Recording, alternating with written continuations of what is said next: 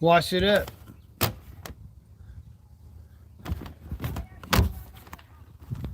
Here. I need to go monetize it. Well, here. Take this with you. It's your job. This is your job. It's live. So here. Hello, everybody. Hold it in your hand. Big girl. There you go. All right. You go do your touching up in there. I gotta get stuff ready. Hey, everybody. Call it touch up. Touch up. Touch up? All right. Well, we are trying to figure out. Hello, I have somebody watching. Hello, hello. This is Tuesday, April the This is Tuesday, April the 7th. And I'm going to go right back outside in a few minutes. Hello, 5 people that are watching. So this is going to be a combination of stuff. I have to actually go to my desktop, which I need to do right now.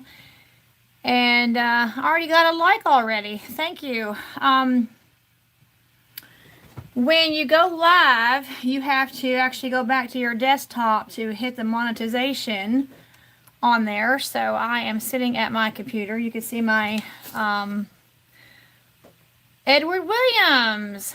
Good afternoon. So I'm going to be going back outside to see Stephen in a moment, but I'm sitting at my desktop right now. You can see my internet lights on. Tracy McCart, hello, hello. We got a lot to talk about today. So I got Mr. Edward and Tracy. So we are so unprofessional. We are so unprofessional. So like when Stephen hits live on the phone, I'm actually trying to figure out on the desktop. So y'all are just gonna have to bear with me. See, we are a monetized channel, okay? And so we get paid, actually, for our YouTube. But you have to tell YouTube that you want to be paid. You have to tell YouTube that to hit the monetization. And somehow when you go live on the phone, which I'm holding in my hand, is Stephen's phone, sometimes it just skips the step of monetization. So just give me a moment, an awkward moment here, because we're going to go back outside and we have a lot to talk about. A lot. So I'm actually on my desktop and trying to figure out why Edward took me a week off and fishing today. Oh, good. You're fishing today. See, let me show you here. I'm gonna flip this if I can. Let's see here. See, let me tell you what let me give you all an insider's view of what I'm talking about here. Okay. Just so that you know, I'm gonna right here. See the green. I'm on my desktop now, and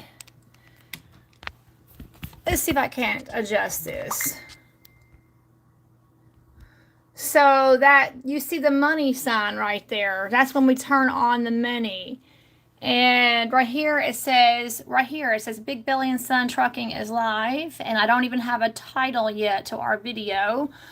But I've got to go and turn on the money. Let's see. Y'all are gonna get an insider's view of this. So it took us 3 years to get monetized. Okay, so now I have hit. So if you see this little green dollar sign, that means that when the video that we have actually turned monetization on. A lot of YouTubers won't show you all that, but Stephen just kind of stuck the phone in my hand and said, okay, you got to do it. So now it's showing you that I'm live, and now I need to write a description of our video. Edit title and description.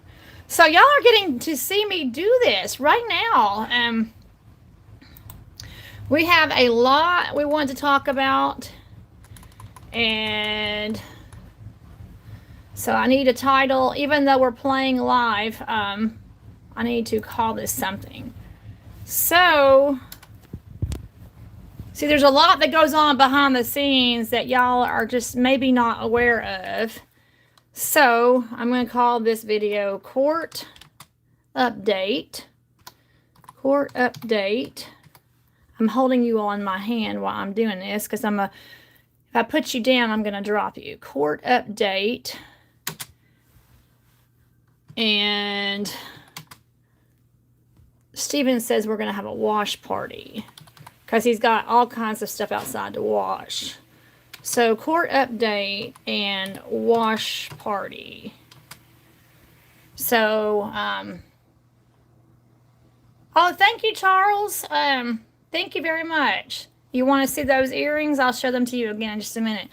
So, yeah, so this is a behind the scenes. You get to see behind the scenes. So, I turned on, wait a second. Why did it turn the money off? I just turned it on. Turn on the money. All right, now, good. See, I have a green dollar sign. Now I lost my, I love watching you and Steven. You seem like very nice people. Well, I appreciate that, Tracy. All right, I've turned on the money. See, right here it says April the 7th. The money is on. And it took us 3 years to get to be a monetized channel, by the way. 3 years. And why did it leave my description? These are all of our lives. It's not letting me create my title.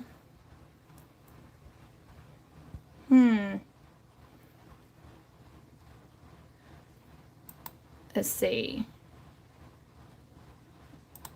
Okay. Edit title description. That's what I'm going to do. All right. I apologize. We're pretty awkward about this. It's kind of hard to do everything on the phone. Steven just said, okay. Steven said, we're live. We're live, so you go handle it. Okay. So we're going to call this video, and I'm holding you in one hand, and we're going to talk about court today, actually. So we're going to call this video Court Update. Isn't that fun that you all get to see the behind-the-scenes stuff going on? Court Update, because not many YouTubers will show you that. Court Update and Wash Party, because Steven's going to be washing a motorcycle. He's going to be washing his truck. He's going to be washing a Cadillac. Mesa, Arizona. Oh, hi, Mr. Bryce. That's Bryce. I Spider Garage from Mesa, Arizona. I think that you're in Mesa, Arizona. Court Update and Wash Party. And we will leave that for what I'll have to go back and change that later. We're going to save that. Why did it turn my money off? Save. All right. We are not able to... What in the world? I'm turning the money on. Why does it say that? We are not able to save your video. Sorry, we are not able to save your video. Well, this is frustrating. Why won't it let me? I'm hitting save.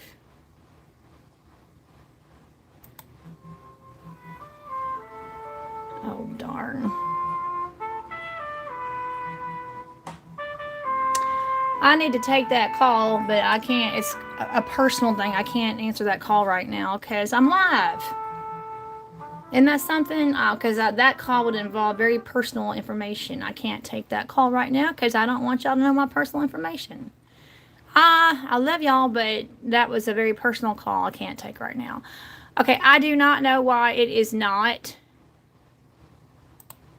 See, it keeps turning it off. It doesn't want me to get paid. I'm turning the money on. Okay.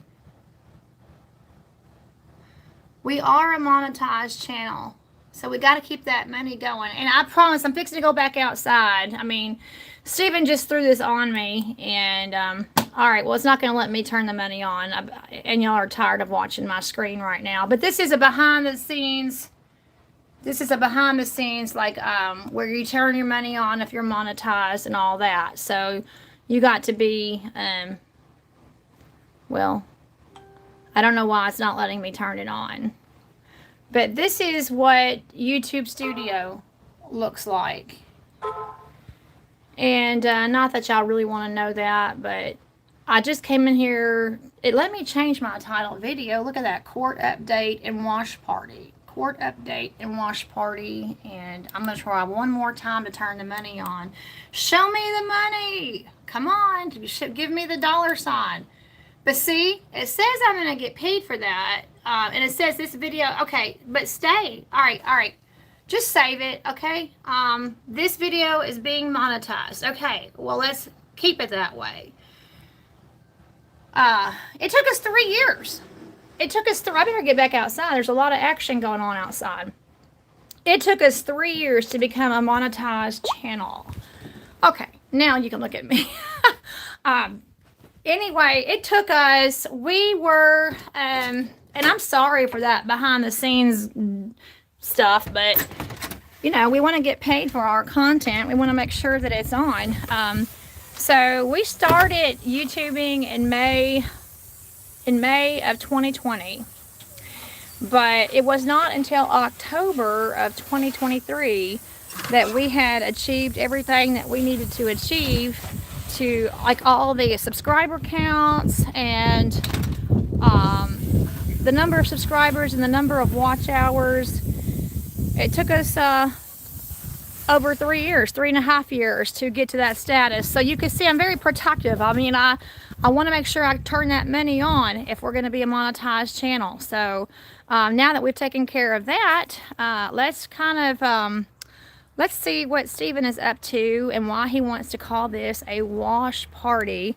And then I have a lot I want to talk to you about what happened in court today. So we have a lot going on. But I will, before I turn the camera on Steven, and Steven's got some action going on.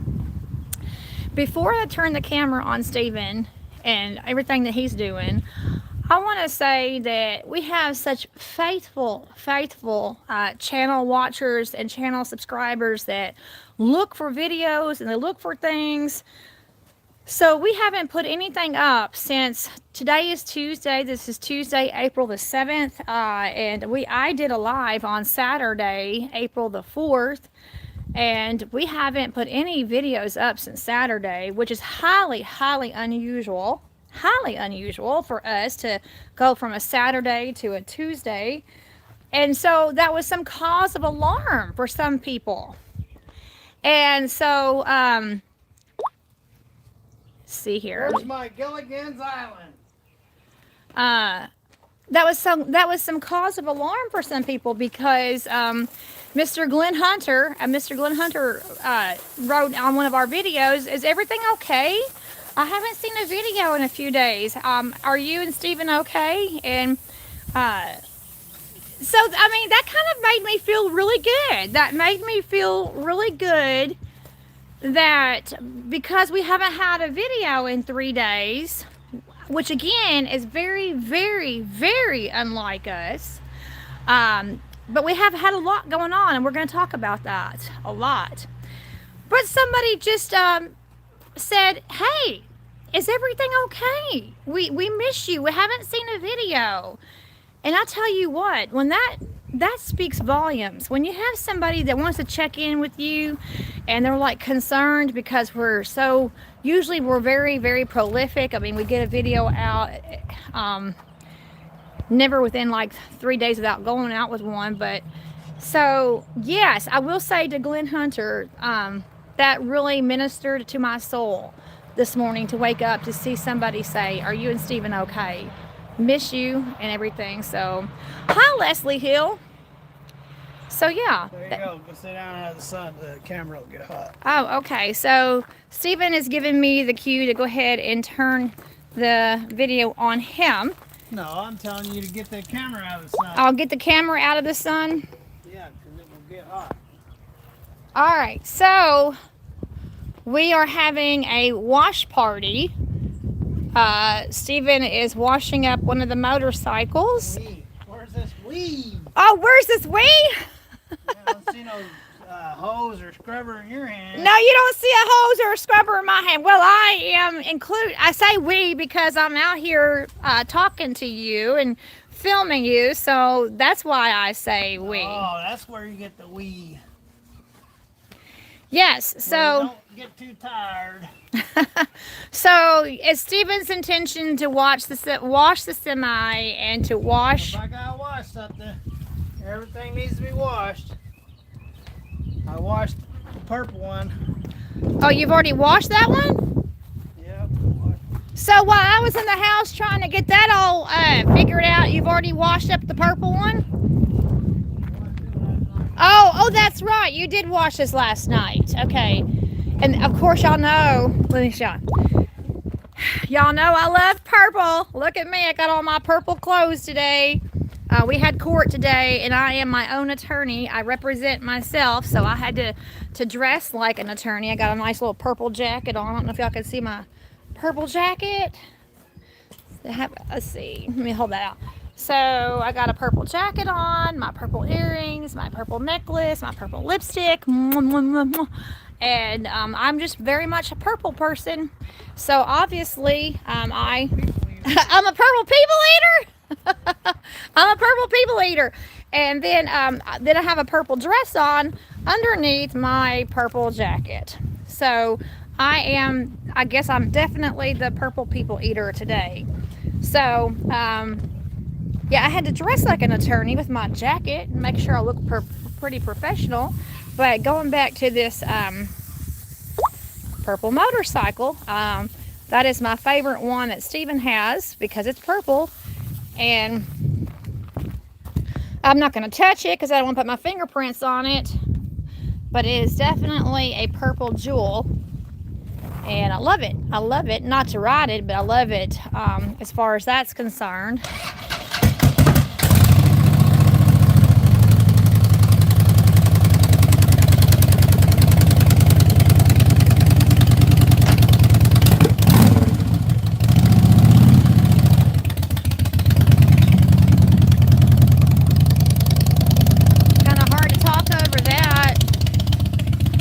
Wait a second, where's he going? Oh, he's moving that over here, I guess.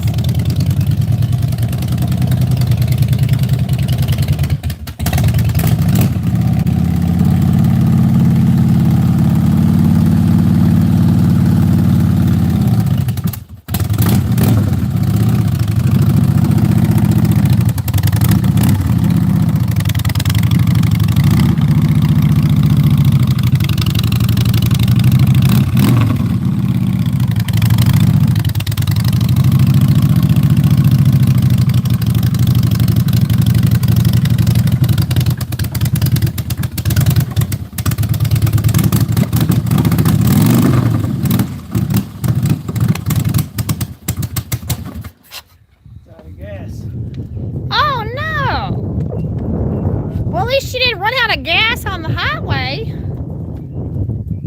But you brought it over here to wash and clean up anyway. Right. Did what I wanted to do. But you have run out of the gas on the highway before. You have. Had I? Tell us that story. Well, I was out riding a bike and I went down the street. And on my way back, I was enjoying my bug dinner, and you were eating bugs. Bike said, blah, blah, blah, blah, blah, blah, blah. And this Mennonite ran over with a gas can and said, "Need some gas?" A Mennonite offered you gas? I said, "Yeah, thank you, buddy. All I need is a drop." He said, "Well, that's all I got is a drop." I said, "Well, that's all I need." So I put in a drop, started up, came home. But what was a Mennonite doing with a gas can anyway? He was running a pump down there on the sorghum. So he just happened to have the gas can. Well, he had a sip of gas. That's enough to get you home then. Yeah, I was just down the street. But you have had to push the bike home, haven't you? Yeah, but that wasn't a gas issue. That was rust in the tank, that carburetor. And I had to push it 2 miles back to the house. Oh, and was that the purple one? Yep. So and how much does that weigh? How much does this purple bike weigh? Yeah, they weigh about 600 or 700 pounds. So you had to push this 2 miles home? Wow, that had to have been very difficult to walk by and hand push a heavy 600-pound. They're not made to push. They're not made to push, huh? So Stephen had to push that home 2 miles at one time. So it's a beautiful day because you can see the flag is blowing, and so we knew we wanted to talk about a lot of things today, and so Stephen said, well, Ricky's always got talking. She's got a talker right on her face. everybody has a talker on their face. A talker on her face, and she doesn't know how to keep it quiet. Oh, Stephen. Oh. And it's repetitive too. You'll hear it once, you'll hear it twice, you'll hear it 3 times. Maybe on the 4th time she'll get her point across. Stephen, that's not very nice. But what I was saying is, you can see the wind is slightly blowing. Look at that beautiful patriotic flag. I hear a motor trying to start up. So we have a slight wind. Doesn't that make you want to say the pledge? Doesn't that make you want to say the pledge or sing the Star Spangled Banner or something? Do something patriotic. So we have a slight wind blowing. It's a beautiful day, and there's a lot. We went to court today concerning AJ, so there's just a lot of things that we wanted to talk about. But instead of sitting at the computer desk, Stephen's like, well, if we're gonna go live, let's go live on the mobile, on the phone, so that I can wash some things up and you can talk while I work. See what I mean, ladies and gentlemen? That's the 3rd time y'all heard that. Well, maybe some people didn't hear You're it. never gonna miss it, because I guarantee you, Richie's gonna tell you 3 or 4 times. By the way, can I get some more thumbs up, please? I see 10 thumbs up. Can we get 11, 11, 11, 12, 12, 12? Do I hear 12? I feel like I'm an auctioneer sometimes. When I ask for people to hit the thumbs up, I feel like an auctioneer. And oh, I don't want to get that wet. I feel like an auctioneer sometimes because I love saying, do I see 10, 11, 11, 11, 12, 12, 12? Can I get... Anyway, I love the sound of an auctioneer. You're getting me wet. I love the sound of an auctioneer's cry. Well, I don't know if it's called a cry, a chant, an auctioneer's chant. It's, there's schools for that. You have to actually go to an auctioneer school and learn how to do that. That's like a second language to learn how to be able to do that. That's amazing. So I actually know somebody personally that went to an auctioneer school, and it's like you have to learn a whole nother language. So what do you do? I'm a certified auctioneer. Well, I mean, I completed my school in Hopkinsville Elementary. No, you have to go to a professional school to learn how to be an auctioneer. Oh. Professional school. And I mean, just the cry of an auctioneer is just a beautiful thing. And I do talk a lot, so maybe that's something that maybe one day I can learn how to do that. Maybe I can learn how to be an auctioneer. Maybe. So, Stephen's got quite the work ahead of him today if he's going to do all that. So, let me start with the fact that Stephen came home yesterday. Today is Tuesday. I'm going to get wet here. Today is Tuesday, April the 7th, and he spent... That might be the problem. What?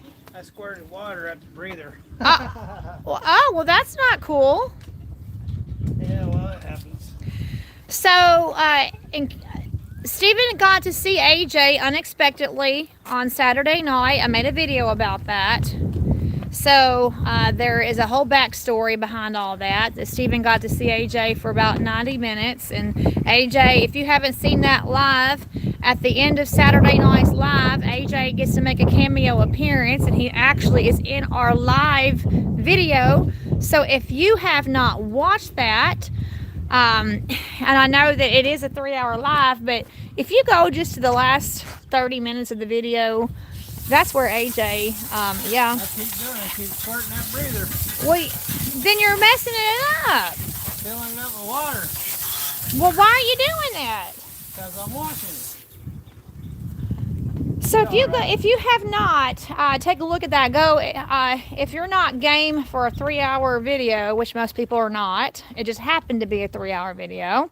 If you go to Saturday night's video, the last 30 minutes, you'll get to see our boy. He makes a cameo appearance, and it's a really wonderful story how Stephen got to see AJ in the big truck on Saturday night unexpectedly. But then. So then Stephen drove home, I mean not home, but back to Sweetwater, and he spent his Easter sitting in Tennessee. When if we had thought about it, and if we had played it right, which we didn't know, how could you know? He thought he might have a load to leave out on Monday, but he didn't.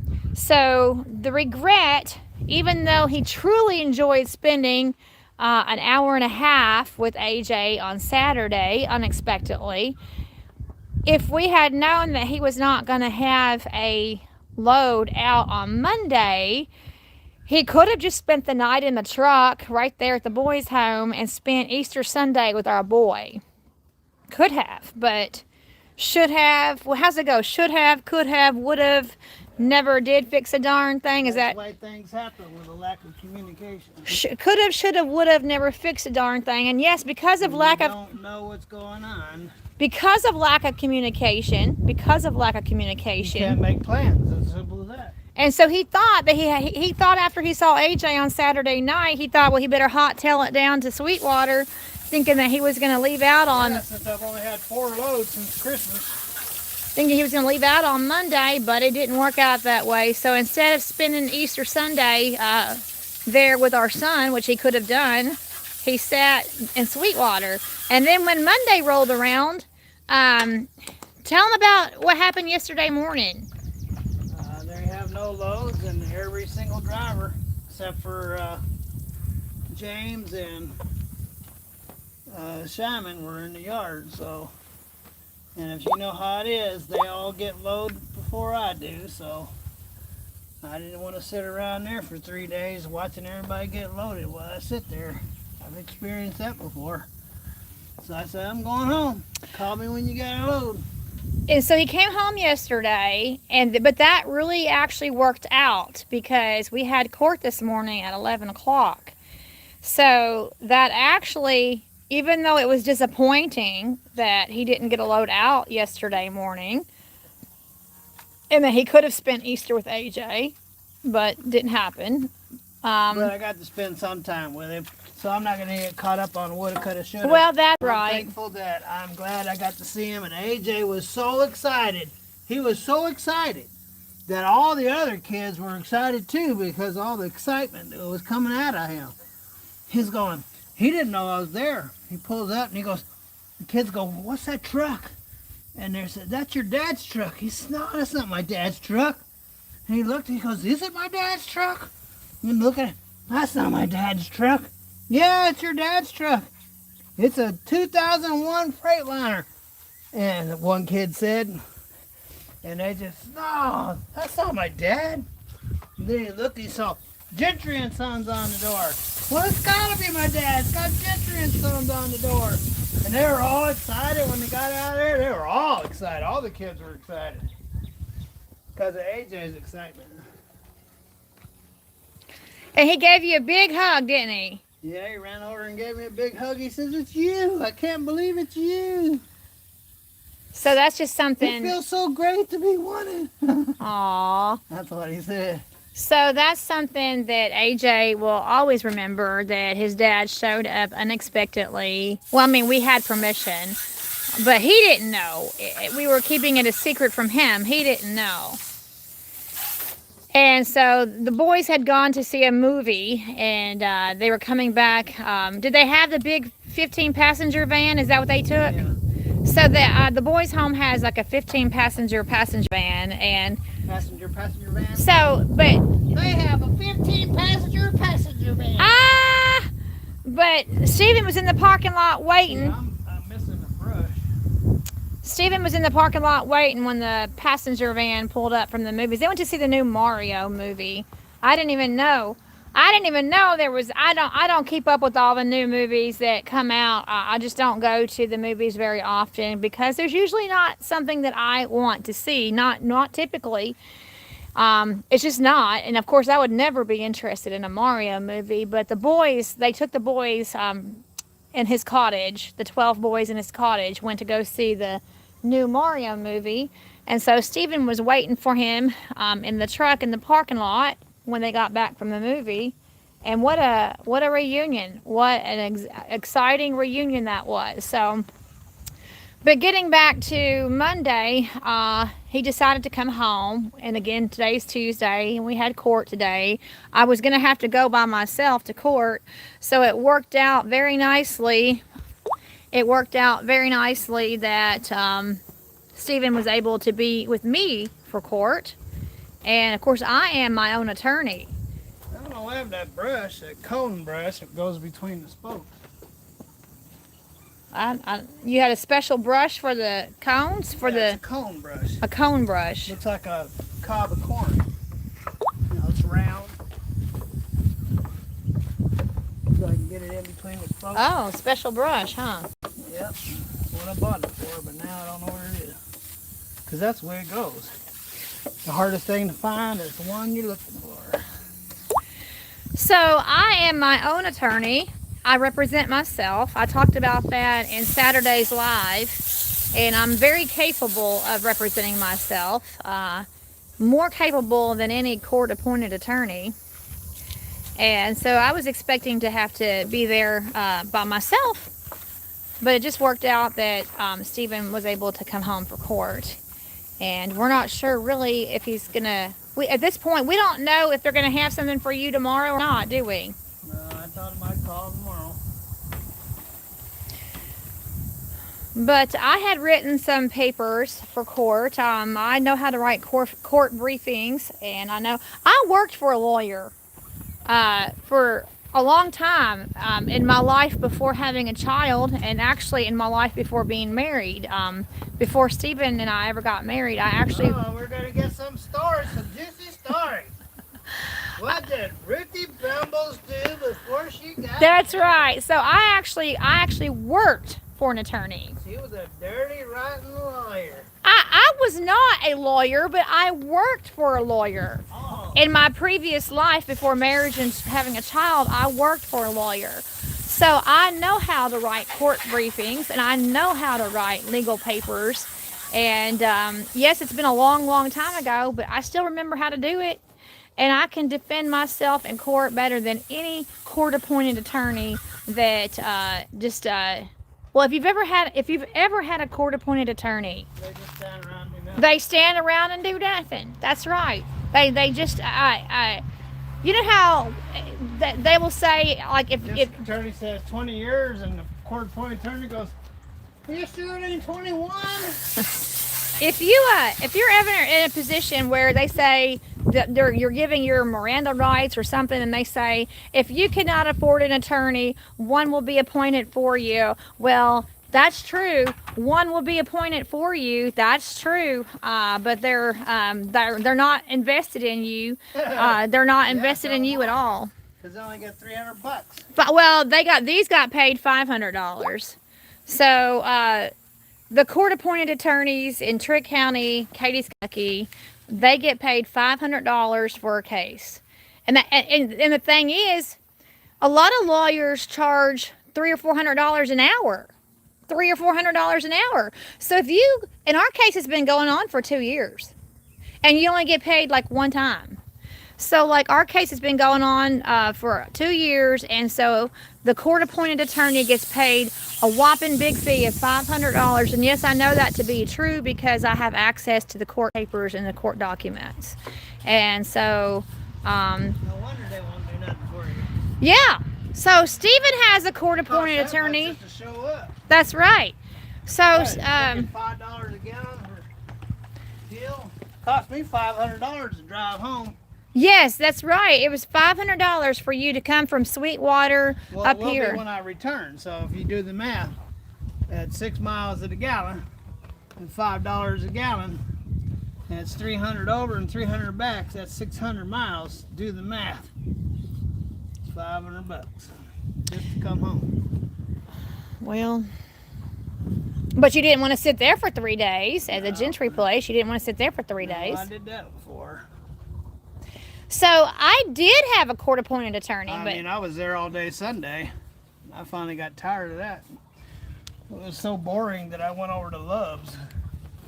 That's pretty boring. That says something because you don't like truck stops. I know it. For you actually despise truck stops. I do, but I didn't want to sit there in a butthole. It's been raining. It was a mud hole. So I drove over to Loudon, looked for something to do. There was nothing to do there, so I went to Love's.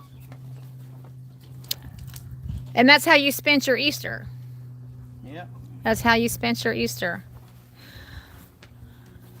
Well, going back to the court-appointed attorney thing, mine wasn't doing squat for me. Mine was not doing squat for me. And then I started filing papers for my defense at the courthouse. And he's like, what are you doing? What are you doing? You can't, I'm your attorney. You can't file papers. And I'm like, you're not doing anything to help me. You're not doing squat to help me. And I've got it. So then he asked the court. We had to go before the court, and he asked the judge to be dismissed from the case. And so the judge dismissed him from the case. And then the judge asked me if I wanted another court-appointed attorney, and I'm like, absolutely not, absolutely not. And so it's called. And they say, well, you'll be held to a higher standard. And there's AJ's attorney has to this day, in a year and a half, not said one single word to him. AJ has never seen him yet. So if she's got to be held to a higher standard, well, it don't take very high to get over that standard. Well, that's right. That's right. Oh, I roasted AJ's attorney in court today. Oh boy, did I ever. It's called guardian ad litem. All right, that's done. What's next? It's called, well, I'm sorry you can't find that brush. Oh, I do want to show you all before we move on. So when Stephen bought this motorcycle, AJ's eyeballs came out of his head. AJ could not stop looking at this. No, Stephen did not. No, Stephen had to you put the bra on her, right? Yeah, I had to paint a bra on her. So she did not have a bra on, but Stephen covered up her boobs. So that you can see here, Stephen covered up the lady's nipples, and but when we bought it, it had this picture on it, and of course it had nipples on this painting. And our 8-year-old, he was 8, and he went gaga goo goo, and he just absolutely could not stop looking at this lady. So Stephen had to put the cover up her nipples, and then also there was this one over here too. So this is the only artwork Stephen's done on that is covering up the lady's nipples. Everything else was somebody else did. But even at 8 years old, yeah. So even at 8 years old, he's definitely a red-blooded male. Absolutely, definitely a red-blooded male, which is fine with me. I'd rather him be a red-blooded male. Don't get yourself in trouble. So, oh yeah, so I roasted AJ's attorney in court today. Sure did. I used my platform, with me being my own attorney. I stood before the judge and I said, I want to know something. I want to know why my son has, and it's called a guardian ad litem. And that's a fancy word. Lay down, Tabby. Here comes our kitty cat. That's a fancy word of saying attorney for the child, guardian ad litem. And so right there in front of everybody in court. Well, I mean, you can't go off to a different room. In open court, I said to the judge, I want to know what's the point of having a guardian ad litem when this man, and I called his name, when this man, and he was standing right behind me too, and all the court, oh, hello there, October. This is October, everybody. Joy Boy's in the house. Hello, October. Don't interfere with his stud walk. Oh, his stud walk. That's right. He's studding around. That's his stud walk. Do you want in? Oh man, he's filthy. He's been somewhere. You've been somewhere. What is? Oh, he's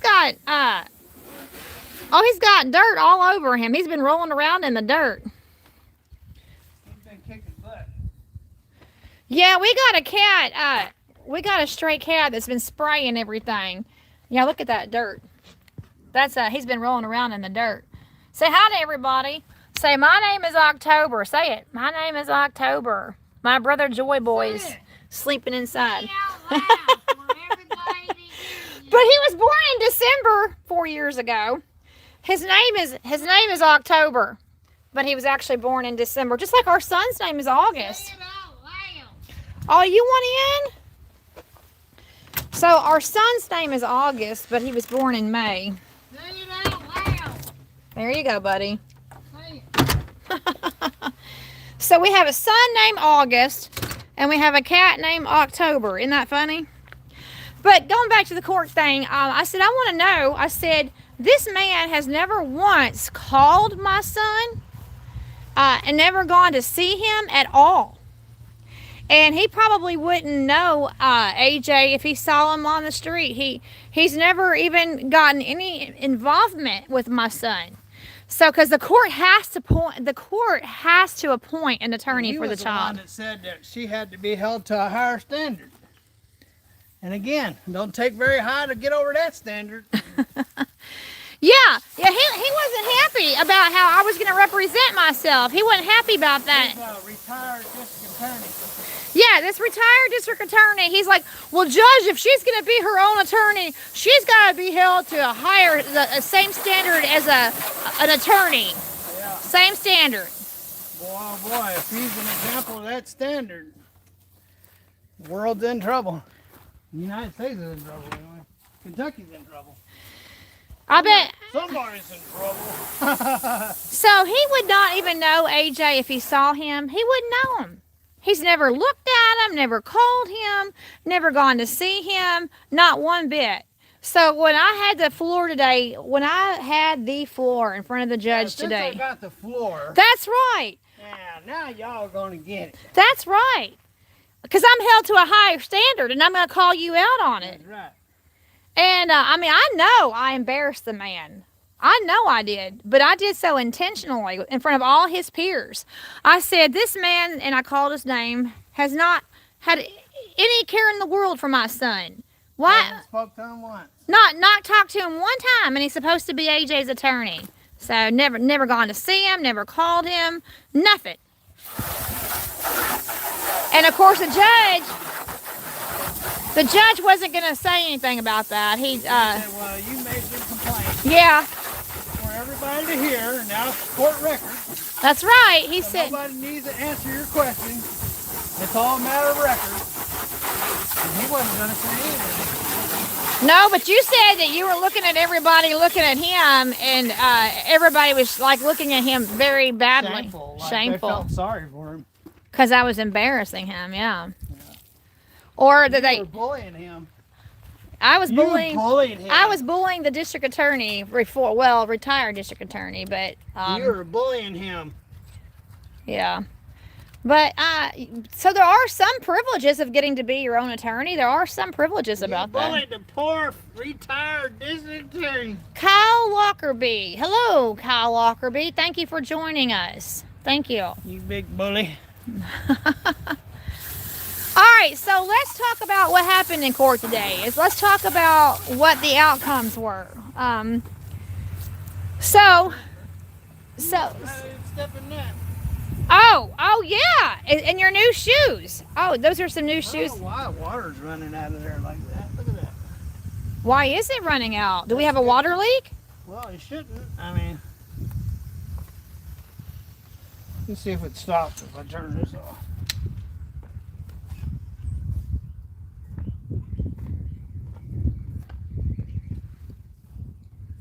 Yeah, it does. So it must be coming out of this.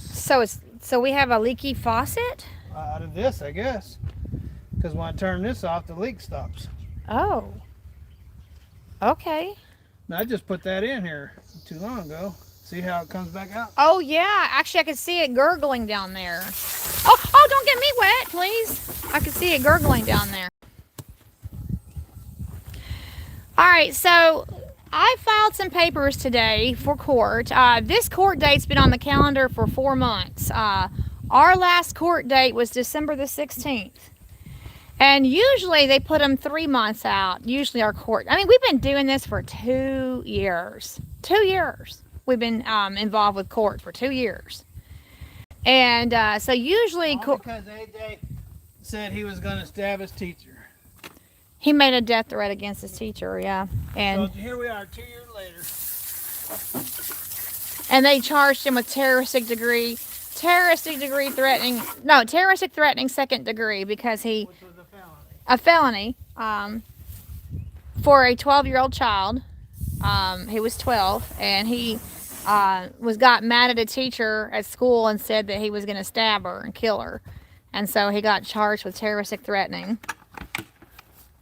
And that's what started the whole process, because he had his own charges against him. So that started the whole thing.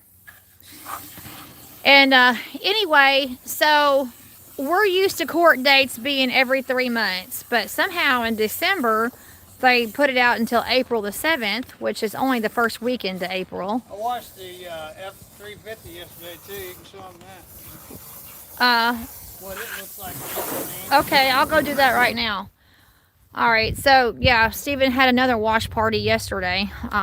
So anyway, it was unusual to go 4 months without going to court, but this has been on the calendar since December. And so I filed a paperwork today, just asking the court to return custody of our child to us.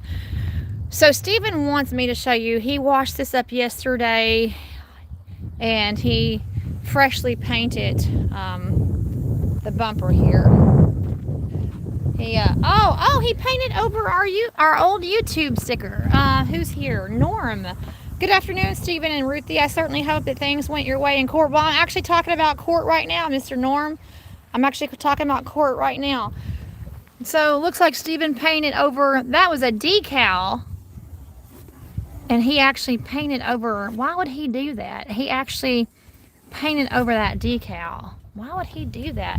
So, yesterday he was playing around with spray paint and painted that up. So, we still got transmission issues with this thing.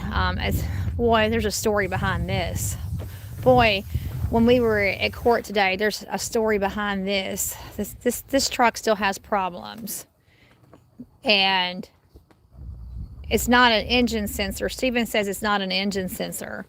So this, if I think about it, my mind is going 1,000 directions. I need to stay on the track. It's hard for me to stay on track, but this truck still has problems. It does. But anyway, Stephen wanted me to show you that he cleaned this up yesterday and that he did some fresh paint there with the bumper. But okay, so Mr. Norm, I don't know exactly where you joined us, but so I had filed the papers and asked the court to return custody. AJ hasn't lived at home in 16 months. 16 months. Almost a year and a half. AJ has not lived with us. He has not had any home visits. He has not seen his house, slept in his bed for 16 months.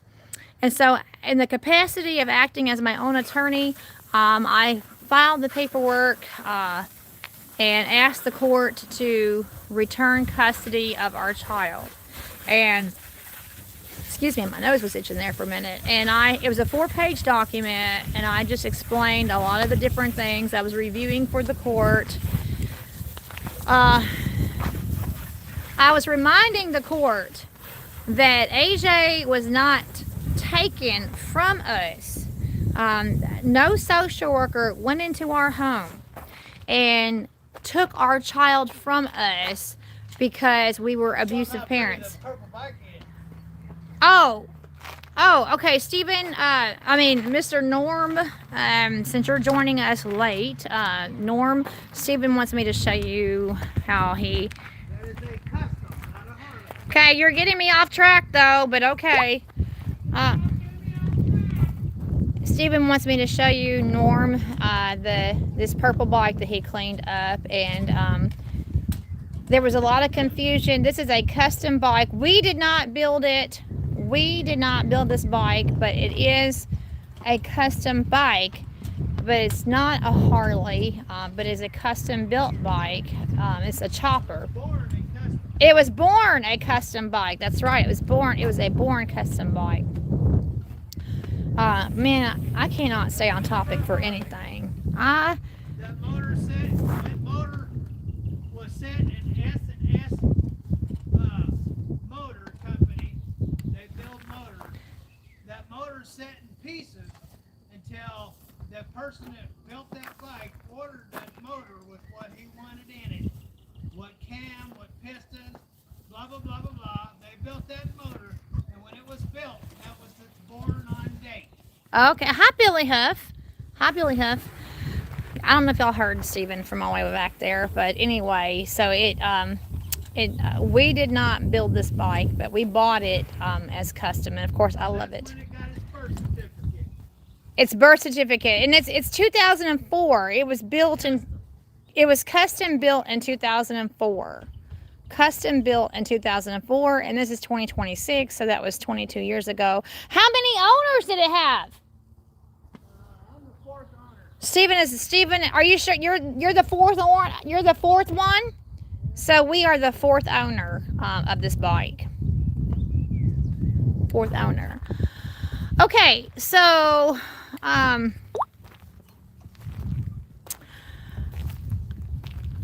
I basically told the court that we want our kid back. I mean, I wrote a 4-page court document. 4-page court document. And very, very legalese, very much an official court document, very, very professional. And it took me a couple hours, actually, to compose it the way I wanted it. And basically, I said, look, he's been gone for 16 months, and such, this happened, and he's really not getting any better by being at the boys' home. He's not getting any better. And in this document...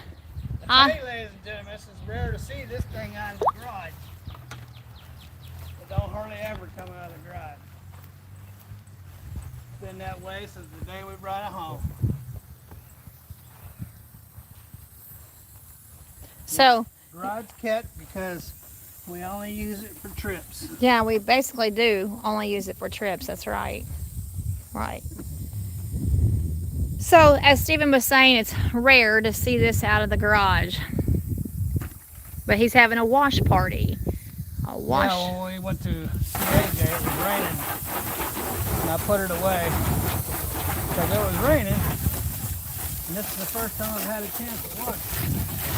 Usually it stays clean. So it's been a month. We took it to see him a month ago. Usually it stays clean all the time. All right, so back to the court thing. See? Wow. We can't stay focused, can we? Stay focused. I don't have to worry. Rusty will repeat it 900 times. We can't stay focused for anything. Going from a car to a motorcycle to a truck, talking about court. We're doing it this way. We can't stay focused. So people don't get bored. See? That's right. Want to wash my car. Oh, Doc is here. Hi, Doc. That's what they're for. They'll remind you where you were at. Doc says, do you want to wash his car? He said, do you want to wash my car? That's what Doc says. Bring it on. Steven says, bring it on, Doc. Steven's in the car washing mode right now. Truck washing mode. Started yesterday. Motorcycle washing mode. I'm done with the Cadillac. Next is the truck. First it was the purple bike last night. And see, I did the white Cadillac. Or no, first I did the 350. White Cadillac, then the purple bike I did last night in the garage. And today I'm doing the red Harley, this Cadillac, and the truck. And Ruthie has to wash the 150 because Doc says, he's I thought driving. he'd come this way. I thought he'd come. Doc says, I thought he would come this way. Oh, you mean you want us to go wash your truck for you? You're in California, aren't you, Doc? No, he's up in Cincinnati. Oh, Cincinnati. Oh, that's right. That's right, of course. By Gary. Oh, Doc's up by Gary. Oh, no, it's Fort, what was that place I was at? Fort Wayne? Fort Wayne. That's where Doc's from. By Fort Wayne. Doc, are you? Yeah, Indiana. He said Indiana. Yep. So, I don't know why I said California. We got some people. Sometimes I get confused about where people are. I mean, it's easy to do. We do have. I gets confused about what she was talking about 10 minutes ago. We do have people from California that watch, so sometimes I get. That's why she's Bumbles. Oh, Steven. Bumbles. He says closer to South Bend. Doc says he's closer to South Bend. Oh, okay. We just cannot stay on topic. Oh, wow. Let's have a conniption. But hey, you're getting you're just it keeps it It's interesting. not about staying focused. No, it can't stay That focused. reminds you, if you get off, I'm sure somebody's saying, what about blah, blah, blah.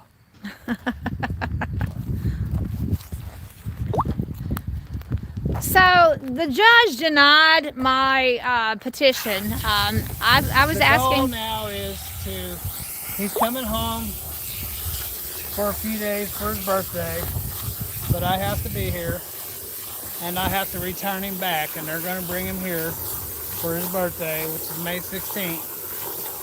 And then court date is on July 14th, which is my birthday. Yes, our next court date is Steven's birthday. And the goal is to get him home, either by our next court date or shortly thereafter. So that's interesting. That the next court date is Steven's birthday. That's interesting. And hopefully the birthday gift will be that they decide to actually let us have custody of him back. But so today I had submitted a document saying, look, we want our child back. We want him back, and we're asking for custody back. How many of you whippersnappers is on there? 51. 51 whippersnappers. According to what I'm seeing here, it says How 50. you doing, ladies and gentlemen? Long time no see. 51 people. Bloofer's home. Bloofer went out, got home safely, didn't drop a drop of oil. Got 8 miles to the gallon on the way back. When I got home, I ran the head on it, and then took it out and took a load up to Pennsylvania, Canoet Lake, Pennsylvania, and then over to Peninsula, Ohio. And it was holiday traffic, and I ran 77 miles an hour just to keep up with the traffic the whole trip.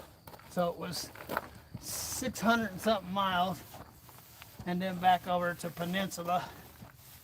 So 1,200, almost 1,300 miles of running it, anywhere from 65 to 77 miles an hour, keeping up with traffic. And didn't drop a drop of oil. And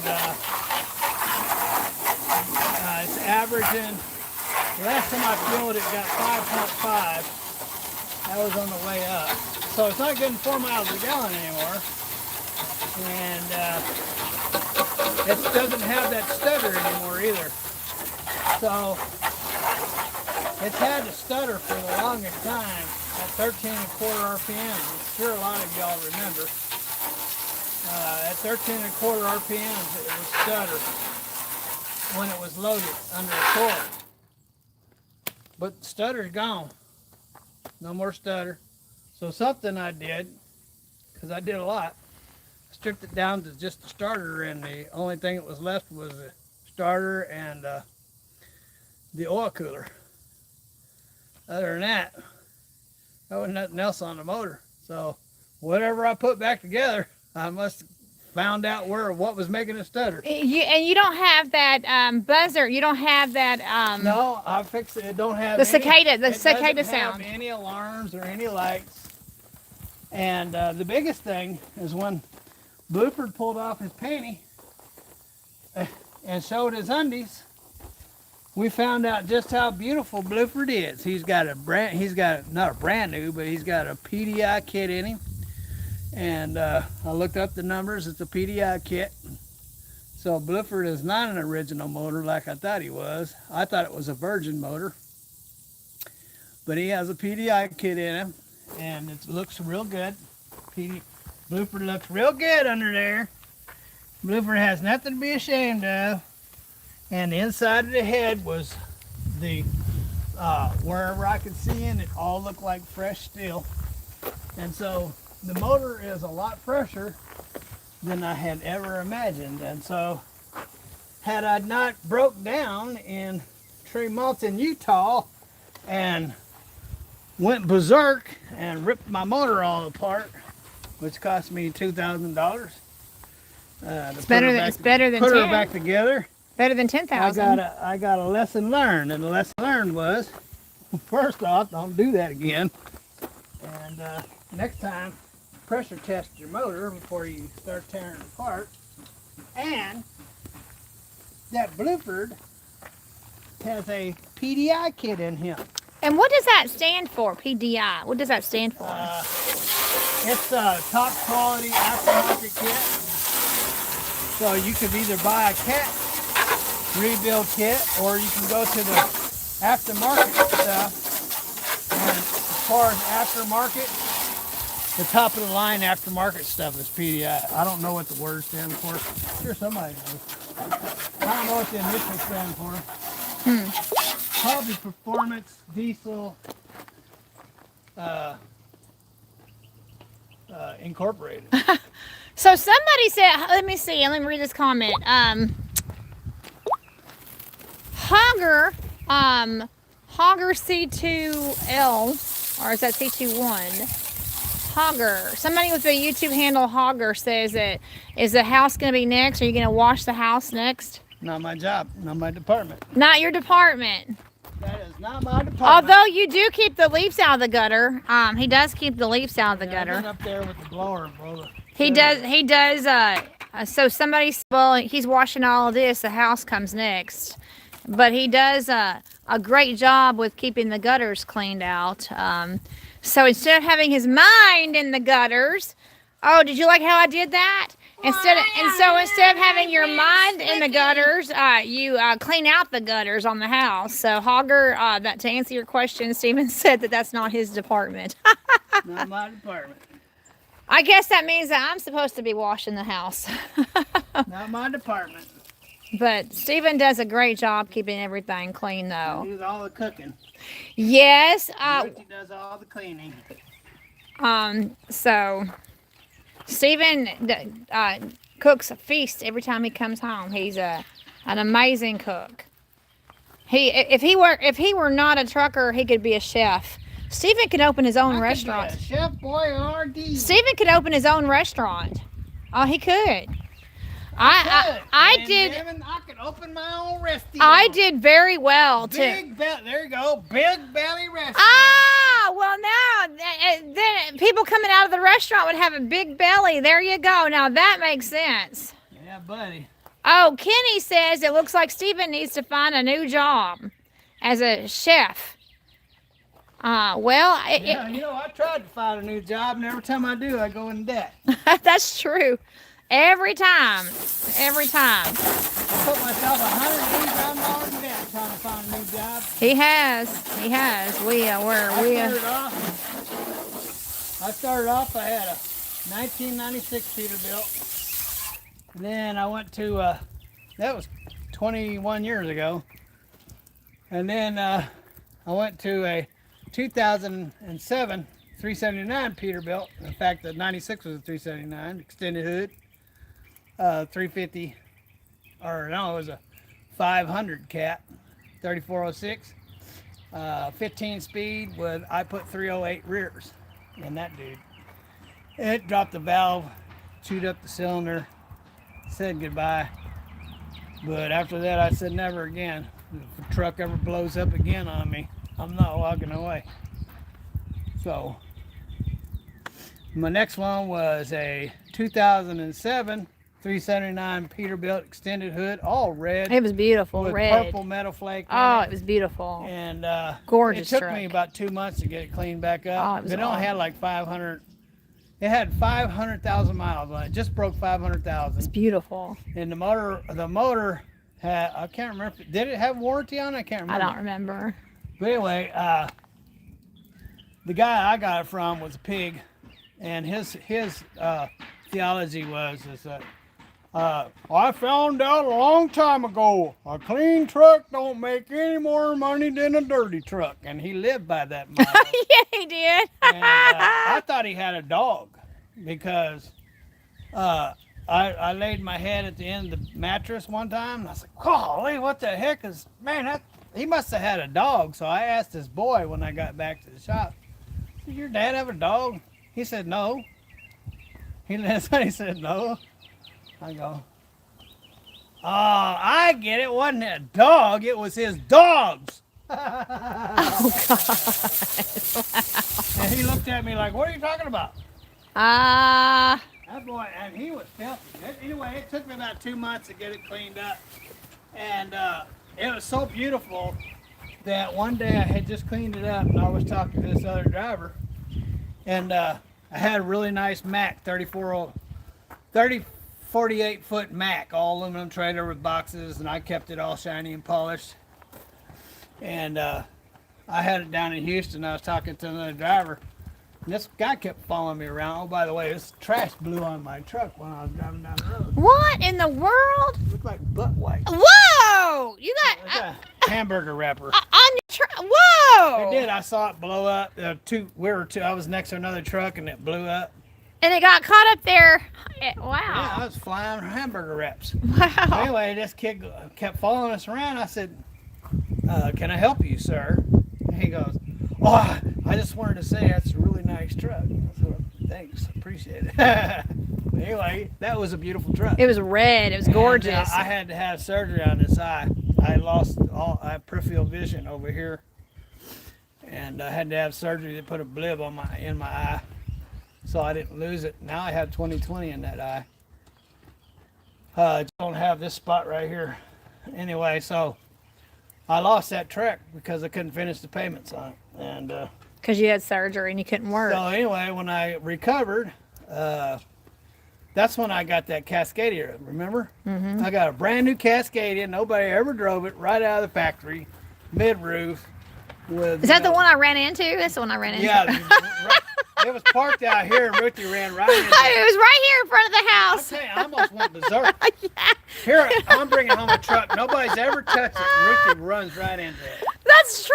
It's a And, brand new truck, brand new, right here, parked right Anyway, here, and I drove ran it into for it. like 90 days or something like that. And it ran good. It held the road really well, and I kept it clean just like I would a Pete.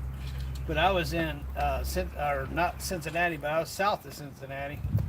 Walton. Is it Walton where the racetrack is? Walton, Kentucky. But anyway, I was at the Loves in Walton, Kentucky, I think it was.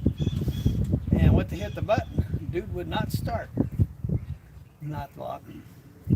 I went through everything, and I got to figure in my head that it had to be a sensor to the clutch or something in that vicinity, but there wasn't nothing I could do because it was all computer. So had to call a tow truck and took it to a Freightliner. You know what they did? They went and they changed the freaking sensor to the clutch because they plugged in the computer and it said it was a bad sensor on the clutch. So I called up the guy that I was making the payments to, and I said, I don't want this thing. I said, find me something older, something don't have no computers. And so I got rid of that, and in fact, the guy that took that truck and made the payments, I got his truck. And this truck had 500,000 miles on an overhaul and brand new rears. And I never did find out about the tranny, but I never had no problems with the tranny. It was an 18-speed. It was an A-Cert, 2005. It was all white, and it was a pile of freaking garbage. The doors wouldn't close. He had a dog. This guy didn't take showers. I had bug bites on me by the time I made it from, what's the name of their town? West Salem, Ohio to here, I had bug bites all over me. So when I got home, oh, and he smoked. And when I walked up to the back of the truck, I could smell the cigarettes without even getting in the truck. So I got it home, and I told Richie, I said, boil some water. And I just started tearing all the interior out of it, just like I did with the motor there. Started doing what Big Belly does, and just started ripping into it, threw every piece of interior out of it that I could. And I'd learned from before that the interior is just part of it. You have to get inside the dash, you have to take the air conditioning, heating out, and then there you have two more of those. You have your APU, you have to take it all apart and wash it. Then you have the bunk heater, and you have to take that all apart. So I had to do all that. And I took all the hoses off and washed all those out because I'm allergic, by the way. I'm allergic to nicotine. And my armpits, the glands in my armpits will swell up in these big freaking knots. And Yeah, but underneath my jaw, I'll get these big swollen, and they'll just swell up, and then they'll get infected, and I get really sick. So anyway. But you smoked for 27 years too. So anyway, I cleaned it all up and put it all back together. And even though it was all clean and everything, it still stank. And I drove it, and I had made a deal that I would not do anything other than what would keep it on the road as far as fixing it up. Because when I lost the 96, I had invested so much money in it and so much work in it. I was like, and then the red one, I invested so much money and so much time into it.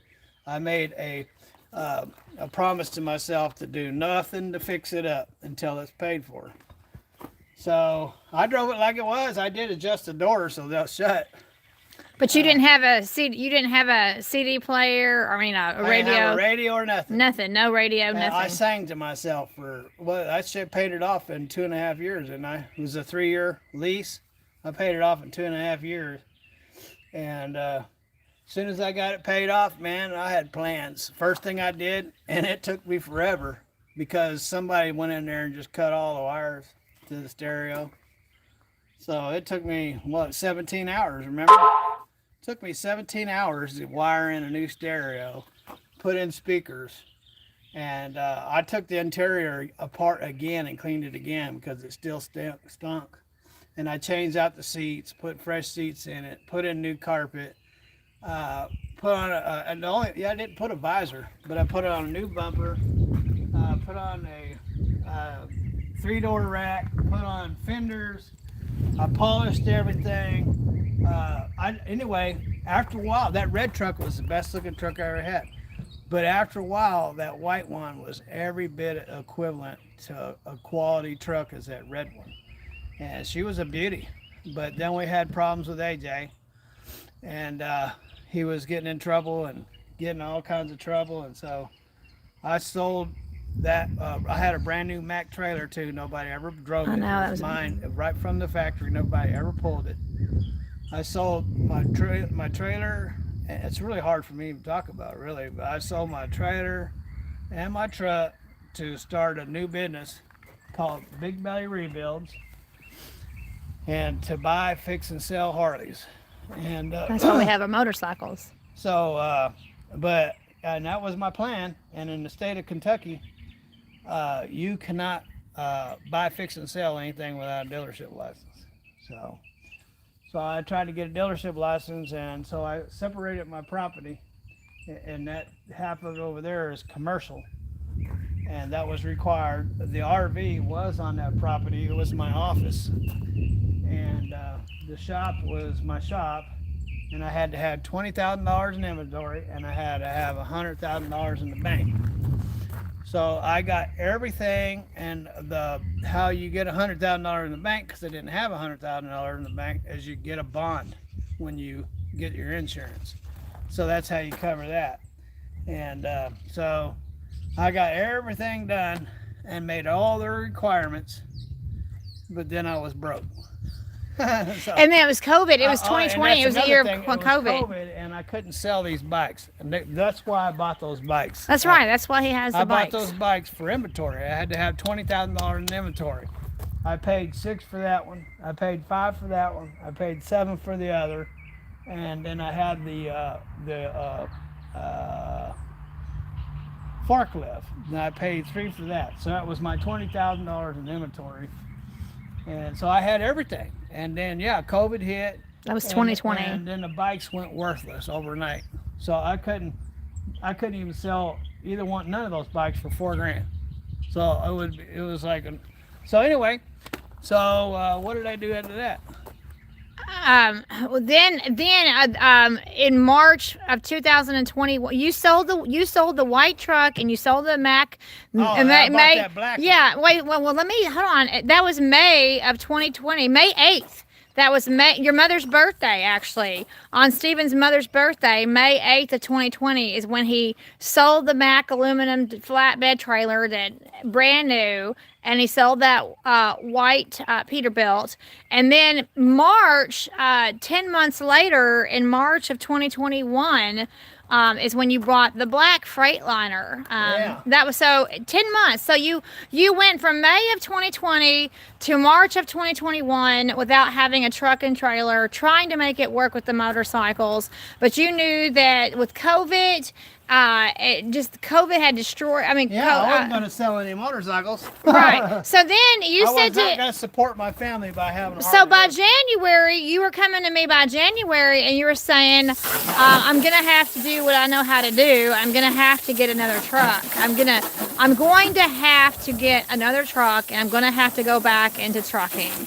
And so it was 10 months where he didn't have a truck and trailer, and then it was the end of March 5 years ago that he got the black one. And then it was May of 2 years ago, May of 2024, that you sold the black Freightliner. You had that for 3 years. Yeah, because, again, we were having problems with AJ again. And he was going through legal crap for terroristic threatening. That's the case we're on now. So I sold it, or I traded it, for a forestry mulcher. And well, that guy made out like a bandit, but I tried to get that forestry mulcher business off the ground and couldn't get insurance. They wouldn't give me insurance. That's when we became Big Belly Beaver. We tried to be Big Belly Beaver Right. 2 years ago. I couldn't get insurance. I tried. So we tried to make our YouTube channel into a mulching channel. I had to do out in the middle of a big piece of property because they couldn't get insurance, and that thing threw projectiles 300 feet. It would take your head off. It'd kill you. So I tried to get insurance so I could, because there was a lot of people who wanted me to do local work. So I couldn't do local work because I couldn't get insurance. And I was not going to fire that thing up without insurance. Well, you did 3 jobs without insurance on a prayer. I mean, a hope and a prayer that nothing went wrong with it. And anyway, so that didn't work out. So we sold that for $41,000, and we got this dude, and here we are again. So all together, yeah, from the 96 Peterbilt till now, 20 years. Every time I tried to get out of trucking, it cost me a fortune. Yep, that is so true. We have at this point, don't even talk to me about getting out of trucking. Don't you want to be a chef, Stephen? Don't you want to be a restaurant chef? That's what happens when you try to tell me to get out of trucking. Well, even though Stephen has the skills to be an amazing chef, oh yes, he does. You could have a Mexican restaurant. Stephen could have all kinds of Stephen could be an entrepreneur and have a Mexican restaurant and all that. My stepmother, when I was growing, I grew up in California. In school I went to was like 80-90% Mexican, and my dad married a Spanish woman, so you know that's what I know, Spanish spicy food, and so I love I love real tasty food. That's right, he does. And Doc says open up a restaurant / car wash. But actually, you know what? Before I started driving trucking, I was working at a shipping dock, running forklifts when I was 16. And I also had a job over at the 76 truck stop in Salinas, California, washing semi trucks. when I was 16, before I ever started driving truck. Yeah, so he's got the wash bug and the cooking bug, but I did really, for me, I don't like to cook. I do not like to cook. I don't like to bake. I will do the kitchen cleanup and wash dishes and all that, but I do not like to cook. So I really am very blessed that I ended up marrying a man that is amazing in the kitchen. I married a man that's amazing. You are amazing in the kitchen. Amazing under the kitchen. And and he could throw something together and he could cook so fast, and he's just an amazing cook. And so like when you y'all have seen him, he takes steaks with him in his freezer in the truck, and he will cook steaks sometimes in the truck. Let's see. Jesus Garcia says, Jesus Garcia, Stephen, what is your take on how Trump is doing this term? Oh, we're going to turn it political. What do you say? Okay, so we got some comments coming in. Righty Tighty says he can get a job. Let's see, hold on. Righty Tighty says he can get a job fixing trucks. You can get a job fixing trucks. Well, you know what? Let's put it this way. I have all the qualifications to be an owner-operator. Yes, you do. Yes, you do. These are the qualifications you must have to be an owner-operator. So, Jesus Garcia, Stephen, what's your take on how Trump is doing this term? Do we even go political? Do you even want to get into the political stuff or not? I didn't understand the question. He wants to know what you think. How is Trump doing a good job? About what? It's just a general question. About Trump? Yes, he wants to know he wants to know what your thoughts are about Trump. Is Trump doing a good job? Did Biden do a good job?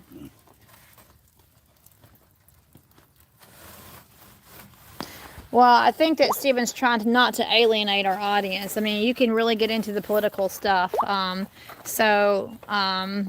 He's just, yes, we did vote for Trump, but I think he's just trying to not alienate our audience because so much of our audience is divided, really. Well, the country is divided. Yes, the country is divided. And it's hard to speak about politics without offending somebody. It really is. And we appreciate all of our subscribers, and, we do. Let's just put it this way. We did vote for Trump. How's that? Let's see. Buck Barrett is here. Mr. Buck is here. How is AJ and Stephen's other son? Oh, he remembered William. So, Buck Barrett wants to know about William. He wants to know about AJ. Doing fine. He loves his job. So talk about what William does. He you know how AI has robots? So like YouTube has robots, and plus you have robots attacking other people on comments and stuff. So his job is to make sure the robots are staying in line. Yeah, Stephen's son William, he's 26. He's in the Air Force. He's 12 and a half years older than AJ. They're half brothers. And AJ's only met William 3 times in person. Three times in person. But he's very, he met him when he was 6 years old for the first time. We drove to California when AJ was 6 years old. In fact, we drove in this Cadillac right here when AJ was 6 years old. Now AJ's going to be 14. And he met William for the first time. And then when he was with Stephen in the black truck, when AJ was traveling in the black truck with Stephen, he got to see him in Montana. By that time, William was living in Montana. And he got to see him twice there in Montana. Okay, so Mr. Jesus Garcia says he understands. He says, I understand, and he gives you the thumbs up. That's just because we're not trying to alienate our audience and talking political stuff. So he says he understands. Oh, there comes Sparky! There comes Sparky! Let me show y'all Sparky. Whoa, whoa, whoa! Hey, wait up. I want to show everybody. Ruth Nancy, I want to say hi to Sparky.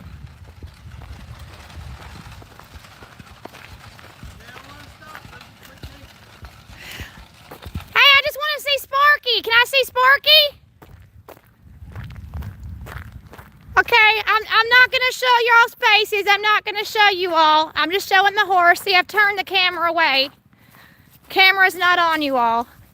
Camera's not on you all. So this is Sparky, everybody. We're live. I'm live right now. 58 people get to see Sparky. So you're not on camera. So I don't have my apple, Sparky. I don't have my apple. So everybody, this is my favorite horse in the whole world. Can everybody say hi, Sparky? Everybody say hi, Sparky. This is my favorite horse in the whole entire world, and he loves me to bring him apples, and I just love this horse. I just love him, love him, love him. All right, well, thank you for letting me see Sparky, and I'm gonna hold the camera this way. Nobody's seeing you all. Thank you for letting me see Sparky. I appreciate it. Thank you. We all love Sparky, isn't that right, Sparky? Thank you, Ruth and Nancy. Okay. Yeah, that was thank you, Edward Williams. Thank you. Let's see here.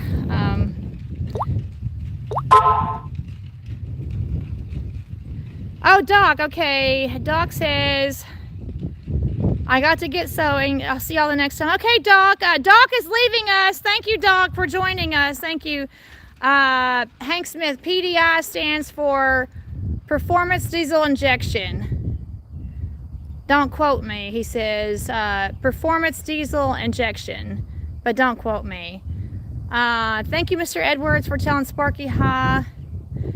Treetop woodworking, beautiful horse. Yes, we love that horse. So yeah. So those ladies live 2 houses down from me, and they're Mennonite ladies. So I didn't show their face. I didn't, as you saw, I carried the camera where I didn't show their face. Gotta try to respect them. They are really good neighbors. Very, very good neighbors. Their names are Ruth and Nancy. And it's kind of funny because, I mean, my given name is Ruth. I just go by Ruthie. I mean, that's my birth name is Ruth. Ruth Elizabeth. That was my birth name, Ruth Elizabeth. And so my neighbor in the house next door, in this house here, that's the middle house because they're down there. But this lady here next door to us. There you go. Oh, okay. There you go. Oh, okay. Okay, we're back. We're back. Bumble's at work again. Oh. We're back. Where's your glasses? Oh, where? Oh, sorry about that. I hit the wrong button and I've lost like half of our audience. All of a sudden half of our audience disappeared because I hit the wrong button. Yeah, sorry about that. I don't know how long we were actually out, but we're back. And anyway, let's see here.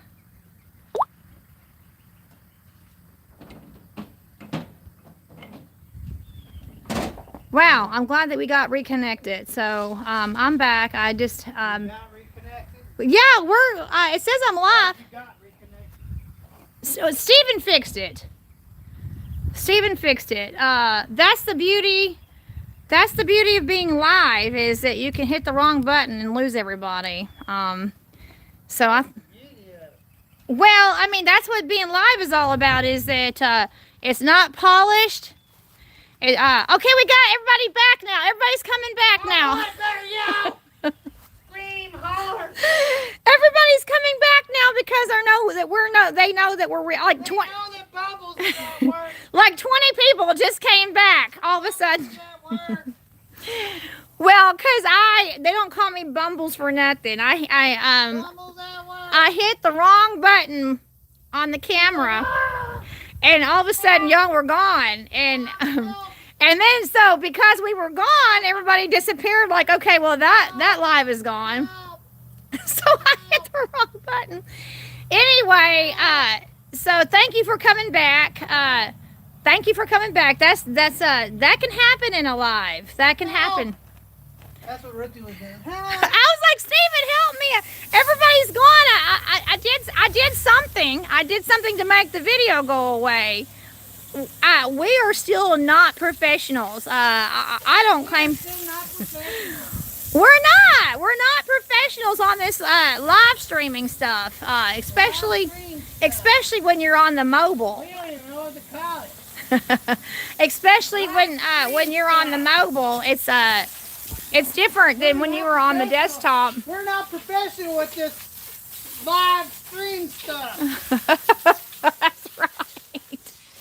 Anyway, if you saw the horse, oh yeah, I was talking about how my neighbor in between us, she says I've got a Ruth on one side and a Ruthie on the other side. So my Mennonite neighbors, their names are Ruth and Nancy, and my given name is Ruth. I go by Ruthie. But my given birth name is Ruth. But Go buy Ruthie. I've always. Where do you buy Ruthie's at? Stephen's like, what? Babe Ruth? Oh well, when I was a baby, my nickname was Baby Ruth. Is that right? Yes, Mom called me. That's where you go buy Ruth's? I guess so. So my mother, until I was a toddler, my mother called me Baby Ruth until I was a toddler. Baby Ruth. Because I was a baby and my name was Ruth, and she called me Baby Ruth. She called you Baby Ruth just today. No, she did not. She did. No, Yeah, she didn't. She did. Anyway, so, oh, check this out. So my given middle name when I was born was Elizabeth. Well, when I was in college, I had a roommate, well, not a roommate, but a suite mate. She was in the room next to me. She had a suite mate, and her name was Elizabeth Ruth. So I was Ruth Elizabeth, and her name was Elizabeth Ruth, and both of our last names started with B. My maiden name is Bolt, and her maiden name was Brown. So she was ERB, and I was REB, but she was Elizabeth Ruth, and I was Ruth Elizabeth. Isn't that funny? That's funny. I mean, that's funny. What, Elizabeth Ruth and Ruth Elizabeth? That's funny. I think it is. I had a friend named Charles Howard, and my name is Stephen Howard. You have a cousin. Don't you have a cousin with your first name? There's right here in this town, there's over 300 Stephen Howards. Not that many. Yeah, in Hopkinsville. Remember when I went to go get my kidneys worked on? Did he say 300? 300 Stephen Howards in the town of Hopkinsville. Yeah, so that's pretty common. That's pretty common. When you have 300 people that have your same name. Well, that's why you have to have Social Security numbers. That's why you gotta have a butt crack. What? So, y'all are probably wondering if my middle name is Elizabeth, then Y'all where? are probably wondering. Then where does the B come from? If y'all are probably wondering. Then where does the B come? Y'all are probably wondering. Because I sign everything as Ruthie B, not Ruthie E. Just in case you're wondering. I don't ever. So when I got. Many of y'all wonder about them kind of things. So when I got married. Half a truck. Yeah, oh, yeah, there was a rainbow. Turn the water back on. There was a rainbow. Look, there's a rainbow. Look, you can see the rainbow. Look around. I'm making a flood for Ruthie. Oh, there's a rainbow. There's a rainbow. All right. Okay, so when I got married to Stephen, I legally changed my name. I didn't want a hyphenate. Those are you that were wondering. I didn't want a hyphenated name. I mean, some women take their maiden name and their married name and they make a hyphenated name. I didn't want that. I didn't want a hyphenated name. But I have one brother, and he didn't want children. So my one brother does not have any children. So my maiden name was going to die off. Died off. Well, I do have cousins. I do have male cousins. Oh, wait a minute. No. I have male cousins on the other side that have carried on the last name. But as far as my own dad's legacy, My brother didn't have any children, and I'm particularly fond of my maiden name. Very fond of my maiden name. But did AJ get a bolt? No. Did it get a net? Ah! So my maiden name is B-O-L-D-T, and that D is very important, people. That D is very important because there's a lot of B-O-L-T's, a lot of B-O-L-T's. But when I was add some lettuce to that.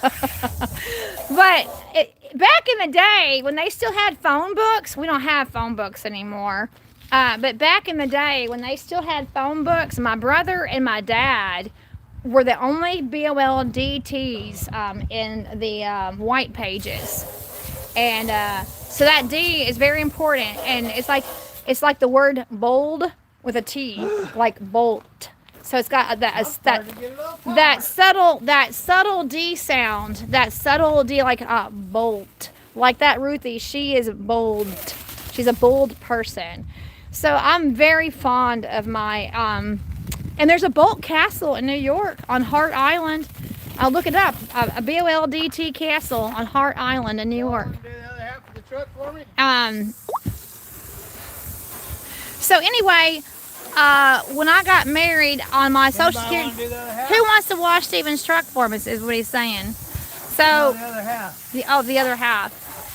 So when I was 25, I did a half.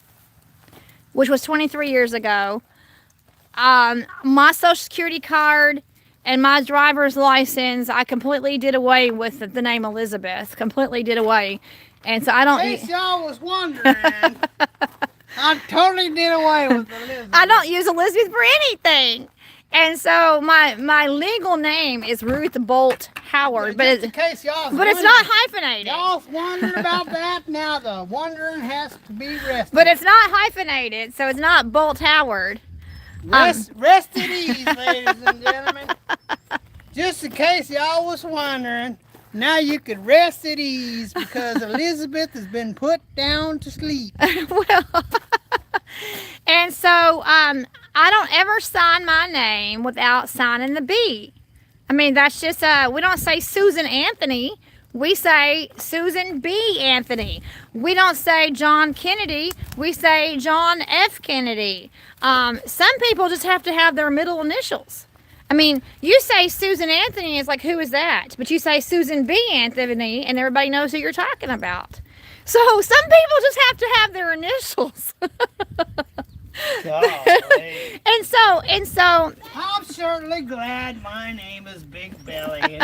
Nobody so if anybody ever signs something with Ruthie Howard and they don't put the B in it, then it's a forgery. It's a fake. It's a forgery. I was at the getting my license renewed. The guy says, Big Belly! Can I get a picture? And the girls are all going, are you a celebrity? I go, no, I'm not a celebrity. I'm a nobody. Can I get your autograph, Big Belly? Oh man, this is embarrassing. It was kind of fun though. It may have been embarrassing, but it was kind of fun. Because Stephen came back and he says, somebody recognized me from YouTube. And this was a couple of years ago. This was maybe 3 years ago. Maybe. We've been YouTubing for 6. And yeah, he's local too.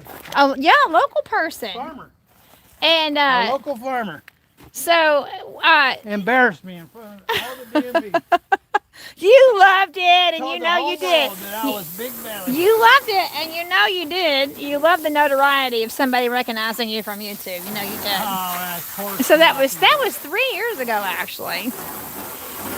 Oh yeah. So when my mother, she didn't know for years. My own. 3 years. 3 years. That means I gotta get my license. My own mother didn't know for years that when I got married, I took Elizabeth out of my name.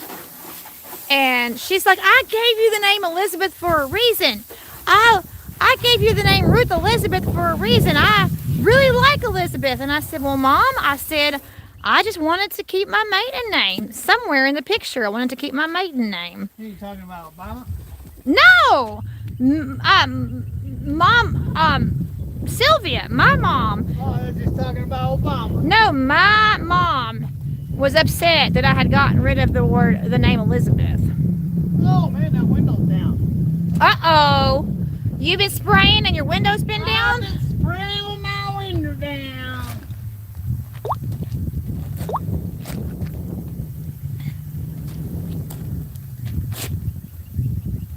Oh, here's some more conversation coming in. Spraying with your pants down.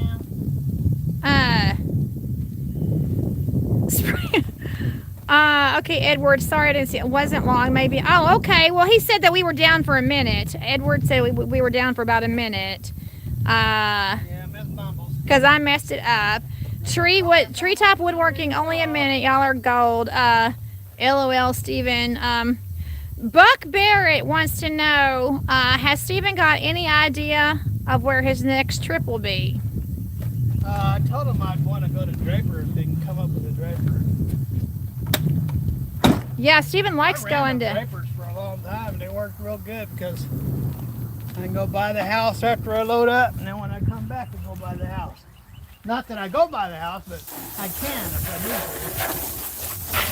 to. Well, here's a nice comment from Mr. Buck. And remember, we love the name Buck. We love it because of Steven's childhood friend, Buck.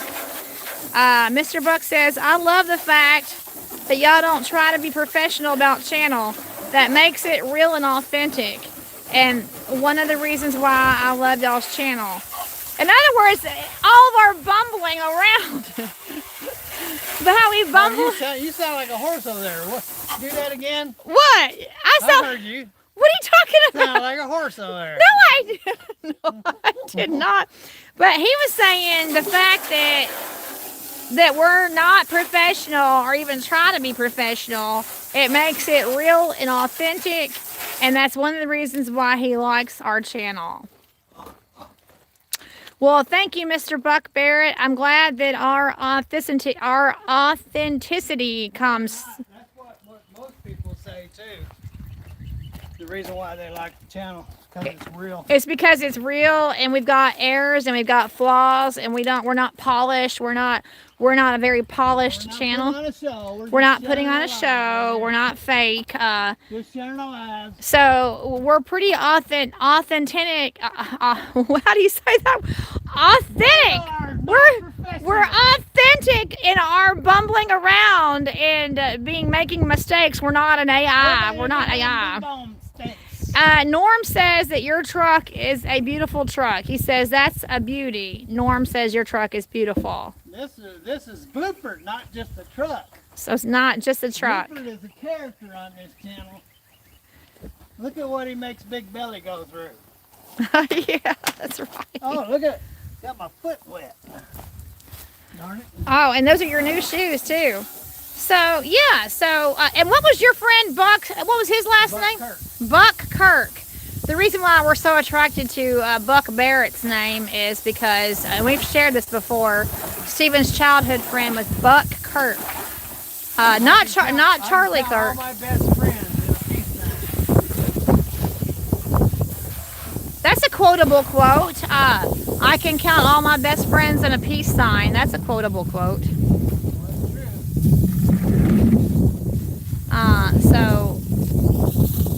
But yeah, there's nothing fancy about us. We just make mistakes and we hit the wrong buttons. Especially Ricky. I made a big mistake the other day. And we hit the wrong buttons.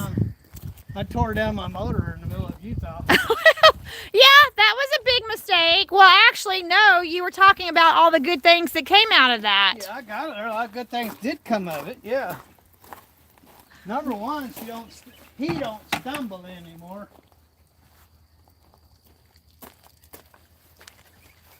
I gotta have some dish soap. So, circling back, who's famous for saying that? Somebody's famous for saying circling back to the whole court thing. Is that redheaded reporter for Biden? Oh, yeah. I don't even remember her name, but she was very famous for saying circling back. Well, I started out talking about the whole thing about court today, and so the big news is that AJ is going to get his first home visit for his birthday weekend. His birthday is Saturday, May the 16th, and he'll be 14 years old. Social worker says she'll come get him, bring him to us, but I have to take him back. Yes, so she said that she's working on transportation. She's working on making the transportation happen, and she said that if she has to herself. Now, he's 5 hours from us. Yeah, he's 5 hours from us. She said that if she has to herself, that she will go and get him and bring him to us on Friday, May the 15th. Friday, May 15th, and his birthday is Saturday, May the 16th. And then Stephen has to take him back on Sunday, May the 17th. And that will be his first home visit. He hasn't been home in 16 months. So that will be his... He was so excited when I picked him up the other day. That'll be his first home visit. So we're pretty excited about it. Plus, we also found out that our next court date is on Stephen's birthday, which is July 14th. That's our next court date. And we're hoping that July 14th, we'll have the good news that AJ will be able to get back into our custody, that we'll be able to have him back. Oh, and check this out. They're approving him to get on the road. And the biggest news yet is they agreed that he needs to be with is that this new social worker, he's got a new social worker, and she said that that she gives her blessing and her approval of AJ going back in the big truck with Stephen. She said in court that the boy needs his father. And she also said that he needed his dad so that you can teach him how to be a man. Isn't that right? Yeah. She said before the judge, in front of the whole courtroom, she said the boy needs to be with his father so that his father can teach him how to be a man. Now that is big. Now the other social worker wasn't like that. So this is a new social worker. And that is big because the other social worker was all about roasting. Yeah, she didn't want AJ at all to be with Stephen at all. So, but this lady is like, well, we're going to make sure he gets a good homeschooling program.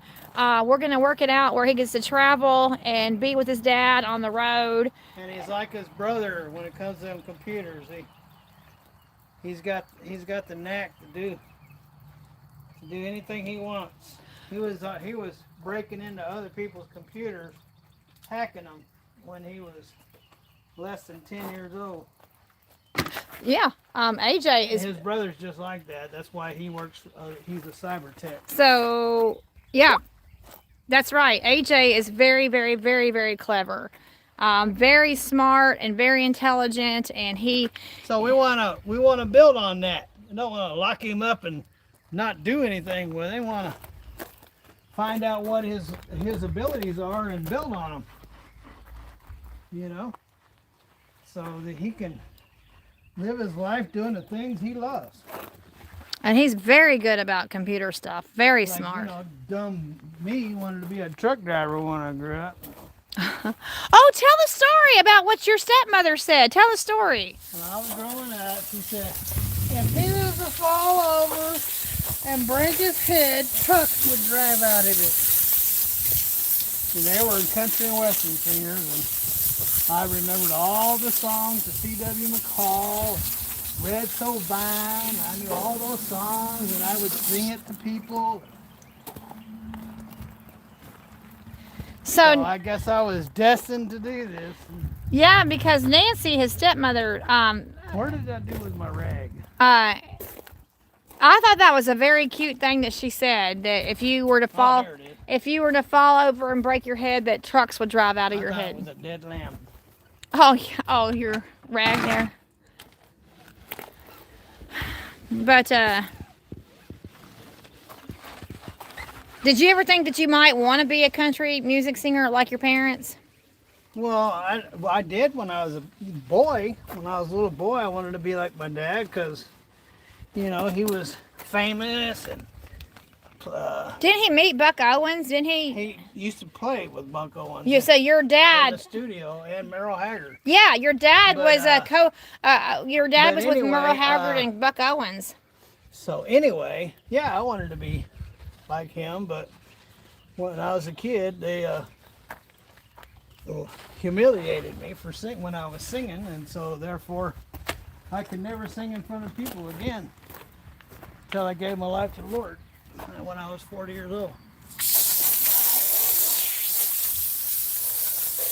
Because it really scarred you. I mean, like. Well, I mean, kids are very sensitive, and when they want to be somebody, you know, I want to be like you, Dad, and then you're like, oh, okay, well, show us what you got.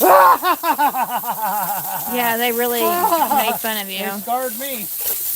I wouldn't anymore. If I tried to sing, I'd like, ooh. I was tone deaf. I was embarrassed. I couldn't do it. That was really cruel. I mean, that your parents were really cruel to you. That was really. They were very selfish because they were all about themselves. You know, they were about their career, their music, and being famous and having parties and doing coke and getting drunk and all that crap. That's what they were all about. They weren't about us kids, They didn't care about us. I mean, they probably did in the back of their head somewhere, but really their lives were all about themselves. And so anyway, that's past tense, and when I gave my life to the Lord, I got over it. Well, praise the Lord. Praise the Lord.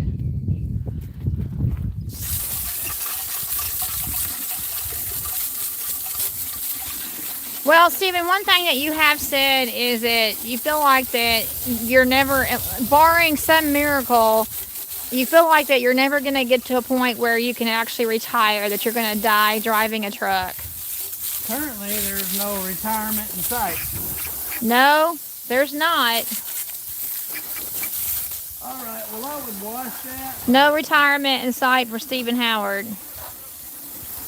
We just we're in debt. We have a lot of debt, and we just work's been slow. Enough to keep me tied up. Well, enough debt where you can't retire. You got. I'm not retiring anytime soon, that's for sure. So, but now. There it goes. It's done. But now that has a lot to do, and Stephen has talked about this himself. Oh, I see another rainbow. I see another rainbow. Look at the rainbow. All right. Okay, rainbow.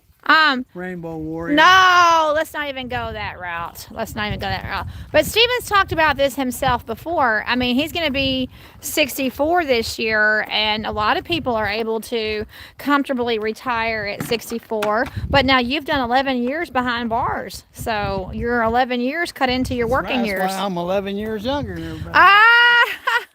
So I went into hibernation for 11 years. So he had 11 potential working years that he wasn't making any money because he was behind bars. And we've openly talked about that. That's no secret. We've openly talked about that on this channel, that Stephen... Before I gave my life to the Lord, I was an idiot. Well, a lot of people are.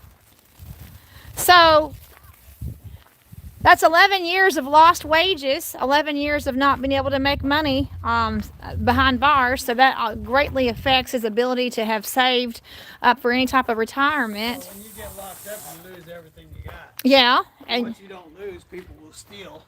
And that's happened to you multiple times. Your ex-wife really did you awful. So he had a vindictive ex-wife that really stole everything from him. Stole everything. Took my dog and my cat and killed it. Took all my tools. Took everything out of the house. Took the ceiling fans, light fixtures. Took the dust. Took the dust. She did. Took the dust. She took the dust. She took the dust. She took everything. She took stuff that I had when I was a teenager. Artwork. Oh, that's another thing. Stephen is an artist. He's a bona fide artist. Not only is he a chef, but he's actually a bona fide artist. Bona fide. Stephen, oh, tell him about the mural that you painted from White Line Fever. The Blue Mule. The Blue Mule from White Line Fever. I was there until I was in my 30s. We'll talk about that. When I was in 6th grade. 6th grade, you all. 6th grade. the art teacher said, take this piece of paper, and it was a huge paper. So the art teacher said, I want y'all to take this piece of paper, and gave a paper about this big. And he said, I want y'all to draw whatever you want and submit it to the class in 2 weeks. So I went home and I drew a Peterbilt cement mixer truck, and I put every rivet, every little detail that one could put in one. And I turned it in, and he took my picture, and there was this beam going across the room, and put it up there, and didn't say a word to me. And you know, I was already a very sensitive kid because of the way my parents were.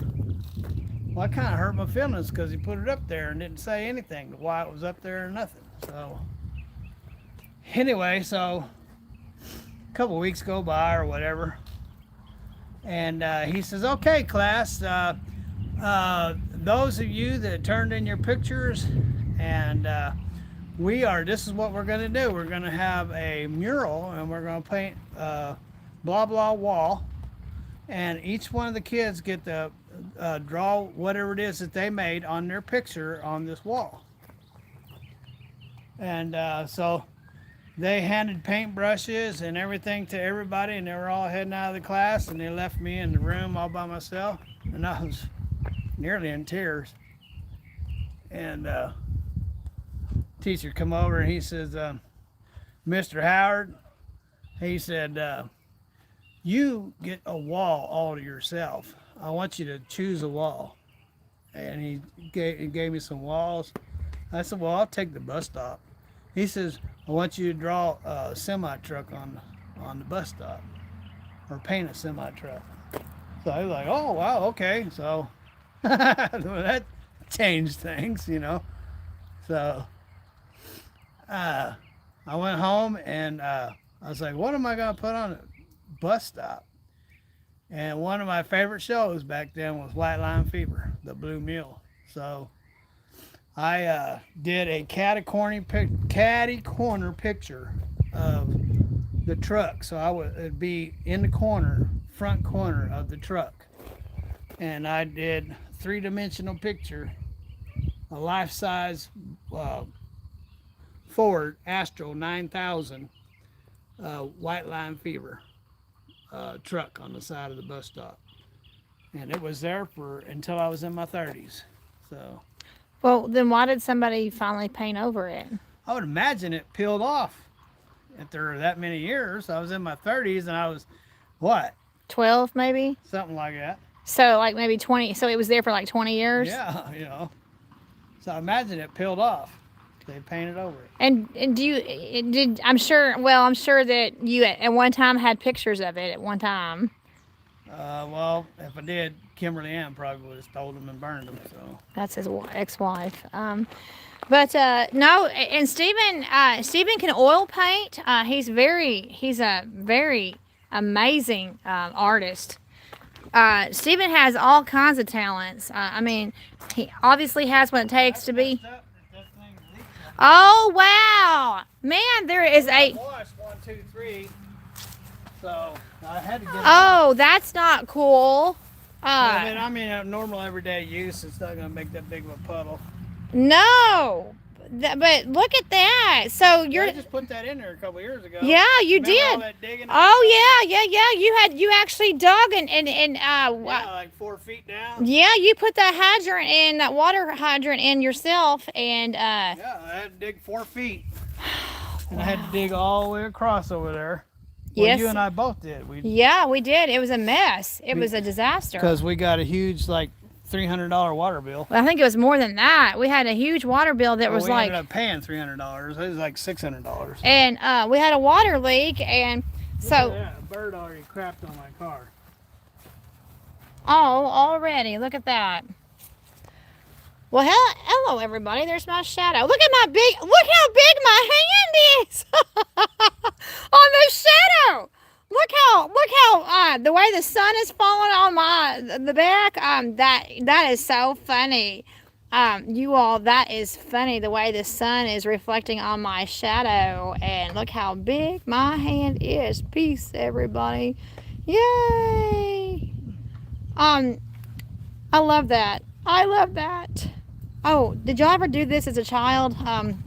Did y'all ever do like, oh, there's an alligator. Look, did y'all ever do shadows on the wall when you were a child? And I did that for AJ. There's the chomp, chomp, chomp, chomp alligator. Chomp, chomp, chomp. Or baby shark, baby shark, baby shark. Anyway, how many of you all ever did that on your walls, like the shadows? So you can see where I am plugged in and I'm hooked up right there. I got a battery pack in my pocket right there. But anyway, Steven and I put this, well, he did most of the work, but we had a huge water bill several years ago. And we put that pump in, but now our hydrant is leaking.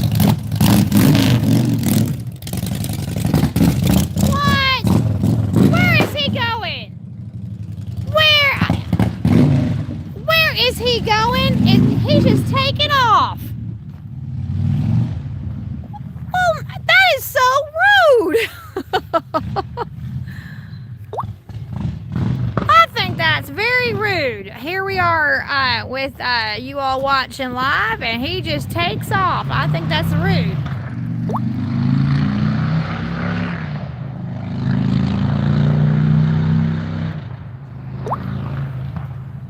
Well, I guess you're stuck with me for a minute, at least until he comes back anyhow. So he'll be back, obviously. He's just rumbling. But one thing I don't like, and I've told him this to his face, is I don't like the fact that he does not wear a helmet. I don't like that. He will not wear a helmet for anything, and I don't like that.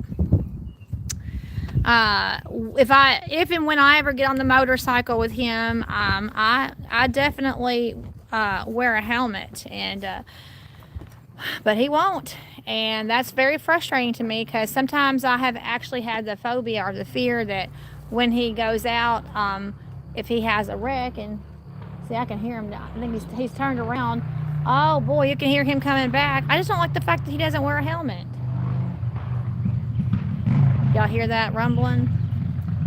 I respect my brain and my head too much not to wear a helmet. Well, you can really hear him. But, uh-oh, it died! It died! The motorcycle died. Fortunately, he's just down the road right in front of the house. It died. It looks like he's going to be walking that back. He's just down at the end of the road. Is he going to get it started again? But I don't know. I mean, I have a fear that he's going to fall over on the bike and crush his head and not have a helmet on. It bothers me. But now when he was 21, he had a really, really bad motorcycle accident when he was 21 years old. Yep, and it just went kerplunk. It went kerplunk. So he actually was in the hospital for like 3 months when he was 21 years old. He had a broken leg and all kinds of issues when he was 21. And then it wasn't until 6 years ago, he went from age 21 to what, 58? 6 years ago, was that right? He went from age 21 to 58 without being on a motorcycle. Oh, oh, oh, oh, oh! He's having to hoof it.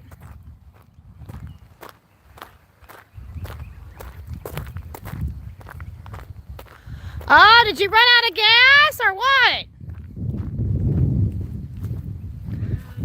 Oh no, he did not. Oh, I'm sure glad you did. I'm sure glad that you didn't get down to the church and have to push it all the way down to the church. My legs burn. Oh man, y'all, he ran out of gas. And we were just talking about that too. I guess I should have believed it when it said it was out of gas. You should. You mean you saw that it was out of gas or low and you took it out anyway? Yeah. Oh man, Stephen. And that's 600 pounds that you're having to push. Y'all look, he's huffing and puffing. Look at that. Well, I'm just glad that it was just down the driveway.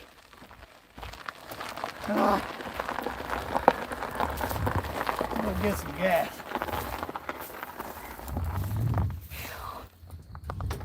Ooh. Oh man, bless your heart. Oh wow. Bless your girl. What? Oh yeah, you referred to it as a girl. Y'all want to go get the mail with me? We have to walk with me while he goes gets gas. So I do have a P.O. box. I do for our channel mail, but we also have our box on the street. Now this is Sparky's pasture right here. That horse that y'all just saw earlier. This is Sparky's field right here. So, and there's my shadow. Hello everybody. Walk with me down to my mailbox. So yeah, so we have to, up on our street, they won't let us have our mailbox up here on Hendrick Street. They said that it's not safe for the mail people to turn around. And so we have to walk down to the main highway to get our mail.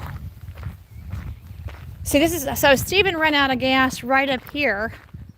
So, man, that's pretty good if he just, I mean, he went down too close to our church and he could have had to really walk with that bike. So, yes, we do have a P.O. box. We do, but we also have a street box too. And but they see oh, he's already got the gas. He's already got the gas can. That was fast. But we live all the way back down there. And they said when we moved here 22 years ago, they said that it wasn't safe for the mail truck to go all the way back and turn around. I don't understand that. But yeah, you look at our new mailbox. Yeah, look at that. And look, I couldn't even get his, look at that. You would think I could do better than that. You would think that I could line it up better than that. You would think so. But no, I went downhill and see how perfectly 6 letters in Stephen and 6 letters in Howard. Oh, I hear the bike. And you would think that I could do a much better job than going downhill like that. But no, no, no. See how it could be 6 and 6, Stephen, Howard, how it could be perfectly lined up, but no. So do I have any mail? Just some magazines stuffed. Look at that. But hey, at least it's not Bill's, right? At least it's not a Thrive It magazine. And then Omaha Steaks. But hey, it's a good day if you don't get a bill in your box, right? But this is a brand new box. And look how big it is. It's brand new. And our other one broke. But I'm just so upset that I couldn't get it lined up right. You would think I would know better. You would think so. But anyway, so I get mail on the street. I'm just glad it was magazines today instead of bills. That does look good though. Look at that steak on a bun. Oh boy, that's big. So anyway, so Stephen had to walk the bike all the way up here. But we've been here on Hendrick Street. We've been here for 22 years.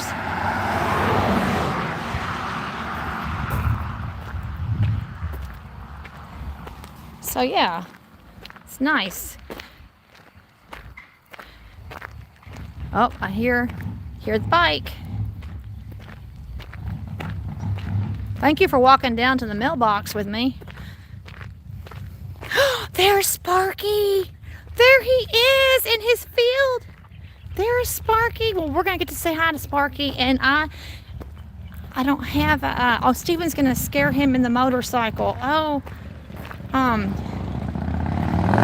my goodness. Oh, you scared Sparky. You scared Sparky. Oh man. Scared Sparky. Come here, buddy. And I usually have an apple in my hand. I'm sorry he scared you. Sparky! Stephen's being awfully rude, don't you think? Driving off in his motorcycle when we're supposed to be doing it live. Come here, Sparky. Come on, buddy. All right, you all. So I normally have an apple for him. I do not. But this is my precious Sparky. And he's going to be very disappointed in me for not having an apple. Look, buddy, I don't have an apple right now. So sorry. But I usually, look at that. He's so used to getting an apple out of my hand. There's no apple. I'm so sorry. But this is, oh, I love you, Sparky. And I'm so sorry that Stephen scared you. I am so sorry that Stephen scared you.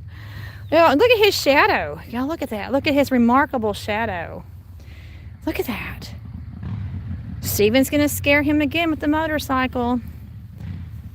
But no, I normally bring him a carrot or an apple. So he's kind of confused that I'm holding my hand out with nothing in it. He's kind of confused by that. Now he's going to, look at that. He's going to scare. It's going to cause Sparky to run away.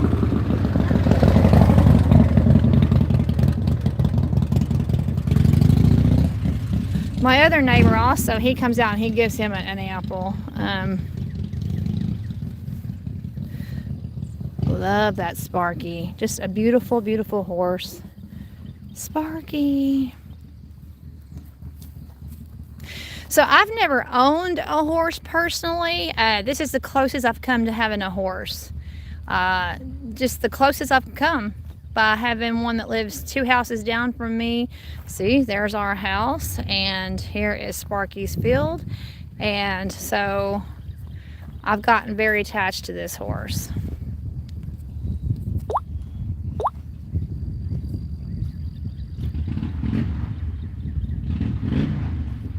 Oh, BB is here.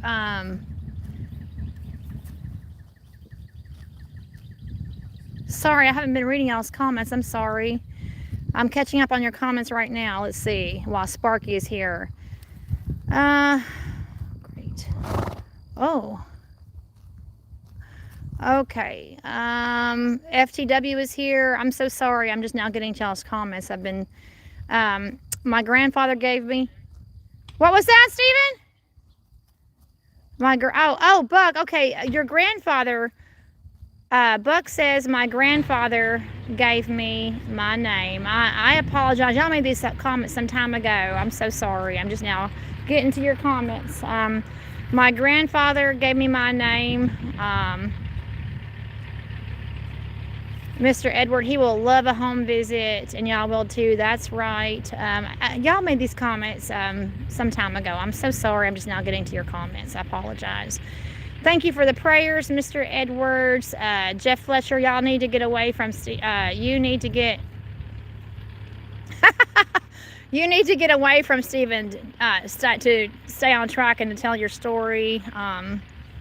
Yeah, it's really it's hard to stay on track. It really is. Stephen and I just talk about a lot of different stuff. It's hard to stay on track.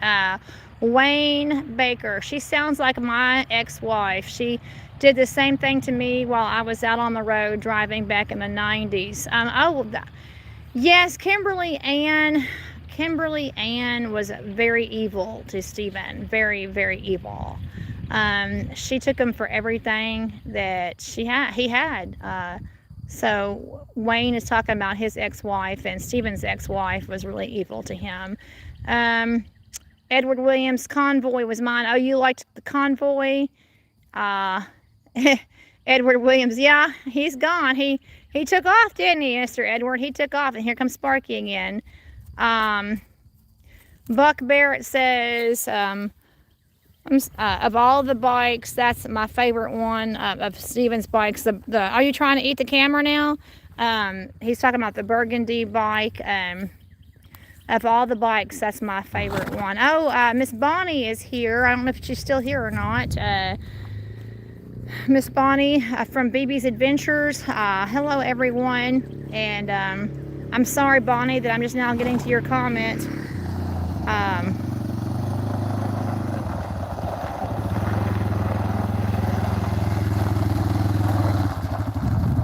So Bonnie is here from BB's Adventures. Hello. You're just now receiving my Easter card? What? I'm talking to Bonnie of BB's Adventures. Wow, I mailed that a long time ago. You're just now getting the Easter card. Bonnie says, I'm just now getting your Easter card today. Well, I mailed that out a long time ago. It took a long time ago. Mr. Edwards didn't run out of gas sitting there. Yeah. Yes, Bonnie, the weather here is beautiful. So beautiful that it brings out Sparky into his field. The weather looks amazing. Oh, yeah, the Omaha steaks look good in magazine. They look better. So she's referring to, so Miss Bonnie of BB's Adventures. I pulled that out of my mailbox. And Omaha steak on a bun. I just now got that from my mailbox. I walked down to my mailbox to get that. So she is saying that it looks good in a magazine rather than in person. Shouldn't scare him with pulling the buggy. Well, that's true, Mr. Edwards. So I think I'm caught up on my comments now, I think. I apologize that I'm just now getting to y'all's comments. I apologize to that. No, it shouldn't. It shouldn't scare him. Stephen's motorcycle. Bye-bye, Sparky. Bye, Sparky. Bye, Sparky. No, it shouldn't scare him. If he drives in traffic, you're right. If he drives in traffic with and he sees the cars when he's hooked up to the buggy, that's right. It shouldn't scare him. I liked Bonnie's comment about that. It looks really good. Are you still with me, Miss Bonnie from BB's Adventures? Are you still with me? Because that's what I pulled out of my mailbox today. And it really does look good, doesn't it? But hey, junk mail is better than bills, right? Can I get a good amen on that? I did pretty good to get 2 magazines. Did pretty good just getting 2 magazines instead of bills.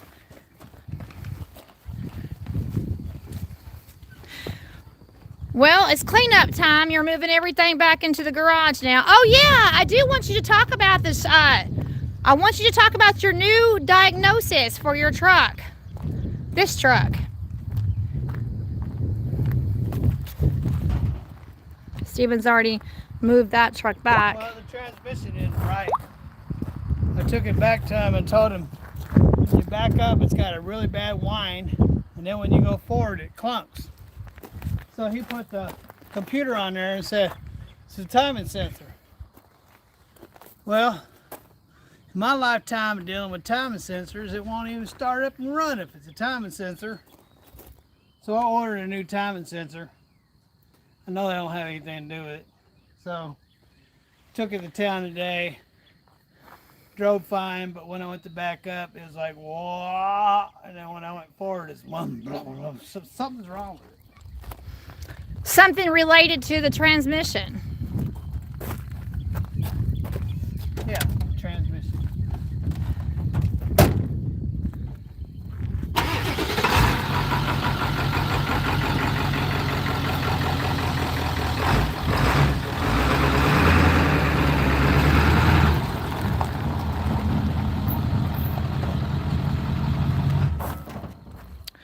Okay, so they were telling you that it was a sensor, a Camden sensor. Yeah, so I plugged the computer in there, and obviously it must have a code on the timing sensor. That timing sensor doesn't have nothing to do with that transmission winding.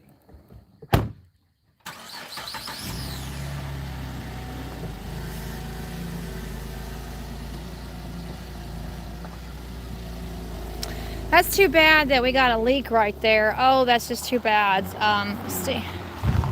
Watch it, buddy. He's driving awfully fast.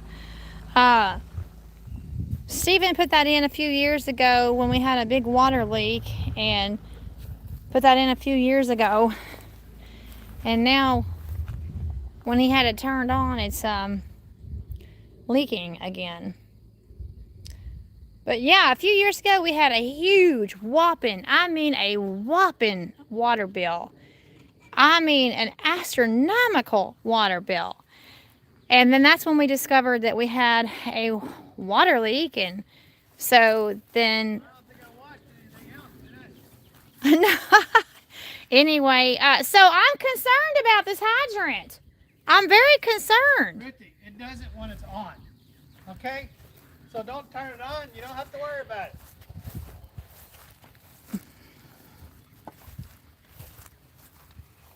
Okay. Well, I'm glad for the beautiful day that you've had to work on everything. We've had an absolutely gorgeous day. So thank Jesus Christ, our Lord and Savior, for the beautiful, beautiful day. We have shiny bikes. I haven't got the black one out. I need to get a battery for it. Oh, tell him about the cat, about the stray cat. What stray cat? The one that peed on your... Sprayed all this on here? Yeah, but on your bike too. So we got... Yeah, there's a cat that's been coming around here the last couple of days that sprayed the purple bike, sprayed the white Cadillac, and spraying that gas can, or trash can. Yeah, our cats are neutered. Our two male cats are neutered. Over here, they'll get wild cats, and they don't neuter them or anything, and they'll have 30, 40 freaking cats. Well, they come coming over here. My cats are neutered, spayed or whatever, and so they don't populate 10,000 cats, but they have 10,000 cats running around, and when they come over here, our cats get mad because they come over here spraying, and spraying means claim territory. Of course your cat's gonna get mad because this ain't their territory. And so they get in fights and fights and fights. Well, we have to capture them and take them over to the mortuary, or not the mortuary. Cemetery. Cemetery. There's a cemetery, there's a grain bin over there. And we've been taking cats over there for 23 years. Because people, they'll get cats and they won't neuter them or spay them, and then the next thing you'll have 30 cats out here. So there was one summer where we caught like 5 or 6 cats. So we take them over there where they can use them. catch rats and mice. Right, they have a grain farms, bin. and big farms can use them cats, so that's why we Right. take them over there to those big farms. But the thing is, so the neighbors that live in front of us, they actually said that I don't know how many cats we have. I don't know how many cats we have. And And I don't like that. so they don't care. Alice used to do that. She'd get one cat, next thing you know, there'd be 40 freaking cats. And everything was destroyed. The house was destroyed. I mean, them cats will destroy some stuff. You know, I had So that's definitely cat spray right there. I had another cat set of spray. wheels on my F-150, and them cats sprayed on it so much that it took the protectant cover off of it and destroyed the wheels. I've had cars get sprayed and it peeled the paint off and started a big old rusty hole in the side of the car. You know, their urine is very powerful, and when it's sprayed on my bike right here, it turned the freaking aluminum white. I had to get the polish out and polish it out. That's some powerful stuff. So Miss Bonnie of BB's Adventures said something about clearing a code. Clear the code and see if it returns. I guess she's talking about on the truck. It doesn't have a engine light on. So I bought a sensor. It was supposed to be here today. Well, it's not here, but when it gets here, I'll put it on. But it doesn't. I know what a sensor acts like when it goes out on timing. It won't even start.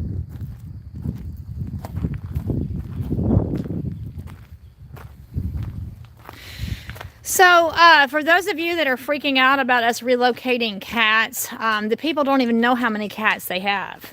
They're stray cats. They're wild cats. People don't take care of them. They start off, they'll have a pet cat, and the next thing you know, their pet cat has a litter. That litter has a litter. That litter has a litter. That litter has a litter. And nobody's taking care of them. They're just running loose all over the neighborhood. So there's a farm over here where they have grain, and they love them cats because they catch all those mice and rats, keep them out of the grain. Mm-hmm. So what better place to take the cats, right? Right, true. So, and of course, our two cats, you know, we know it's not our cat spraying. We have two neutered male cats, and they do not spray. They're non-sprayers. They're neutered. But they certainly get upset when other cats are on their territory, that's for sure. I'm not trying to be offensive, but I'm going to tell you what. If you get cats and you don't spade and neuter them, and they have a litter, and that litter has a litter, and that litter has a litter, and that litter has a litter, and you make your whole neighborhood have to put up all your litters, 40 freaking cats, that ain't right. No, it's not. I mean, they're cute when they're kittens, but, I mean, my goodness, take care of them. Get them spayed and neutered so they stop populating. So, but we have our two precious black cats that are 4 years old. I've been putting up with that for 23 years since I've been here. These people had them thinned out for a long time, but then now these new Mennonites, they moved in here about 3 years ago. Now they're starting to crap, and I'm gonna have a talk with them because I'm tired of taking them freaking cats out of here.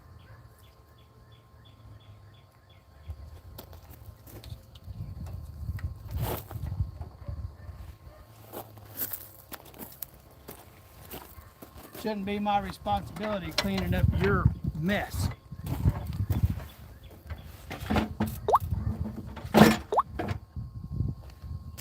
And that's what I'm doing.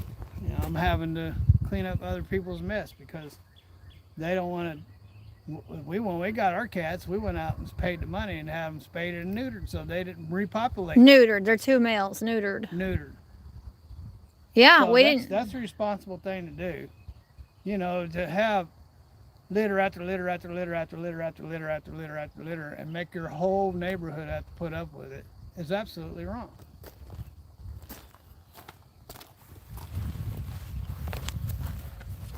Flipper's all ready. I gotta get up underneath and grease the chassis and be ready to go. Flipper ready to go. So you're gonna call the Gentry tomorrow and find out.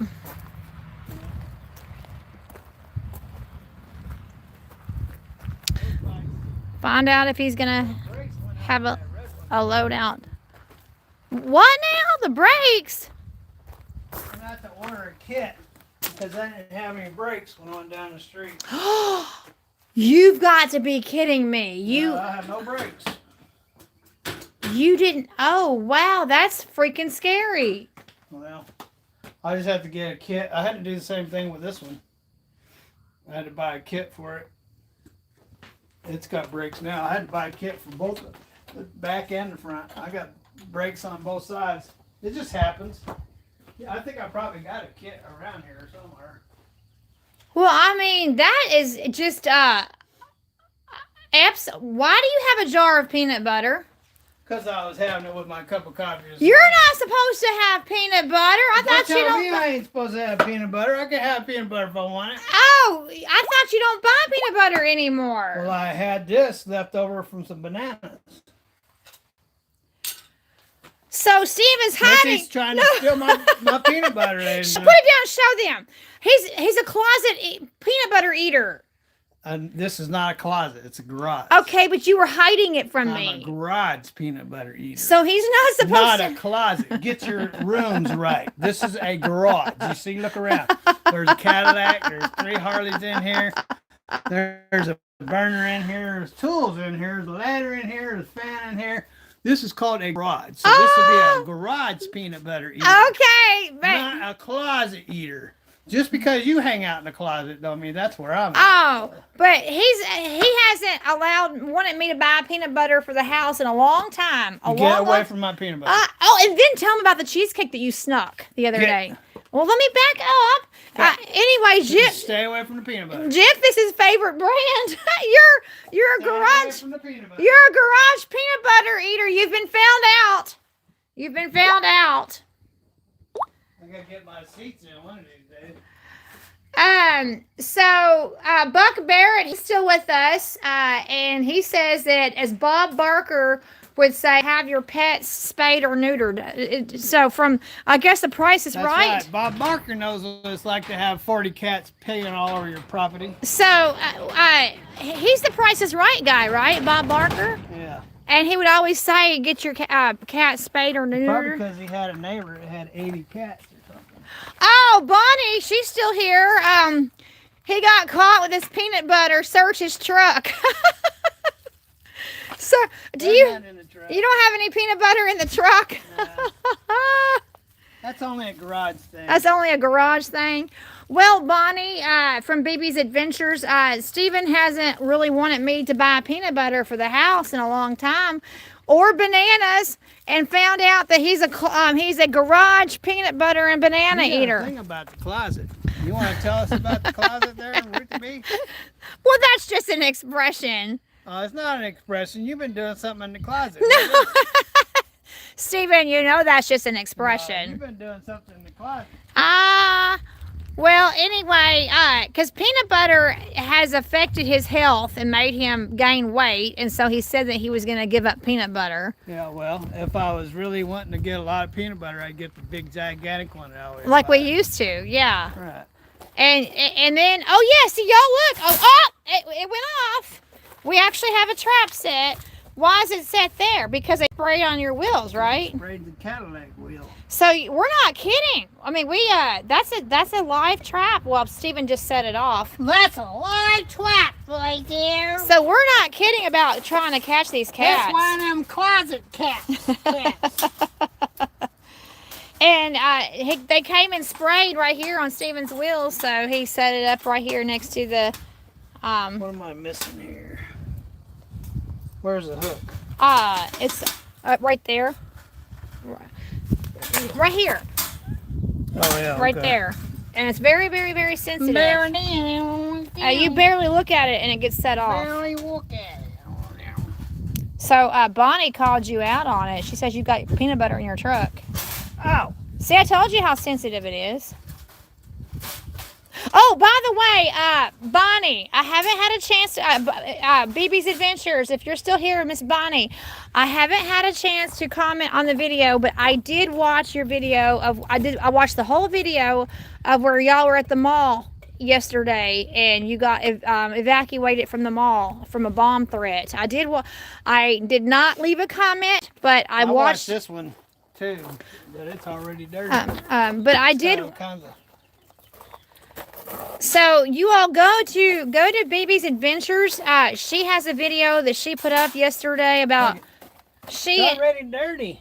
She and her husband were at a beautiful mall in Lakeland, Florida, and they were shopping. And yes, ma'am, I watched the whole video.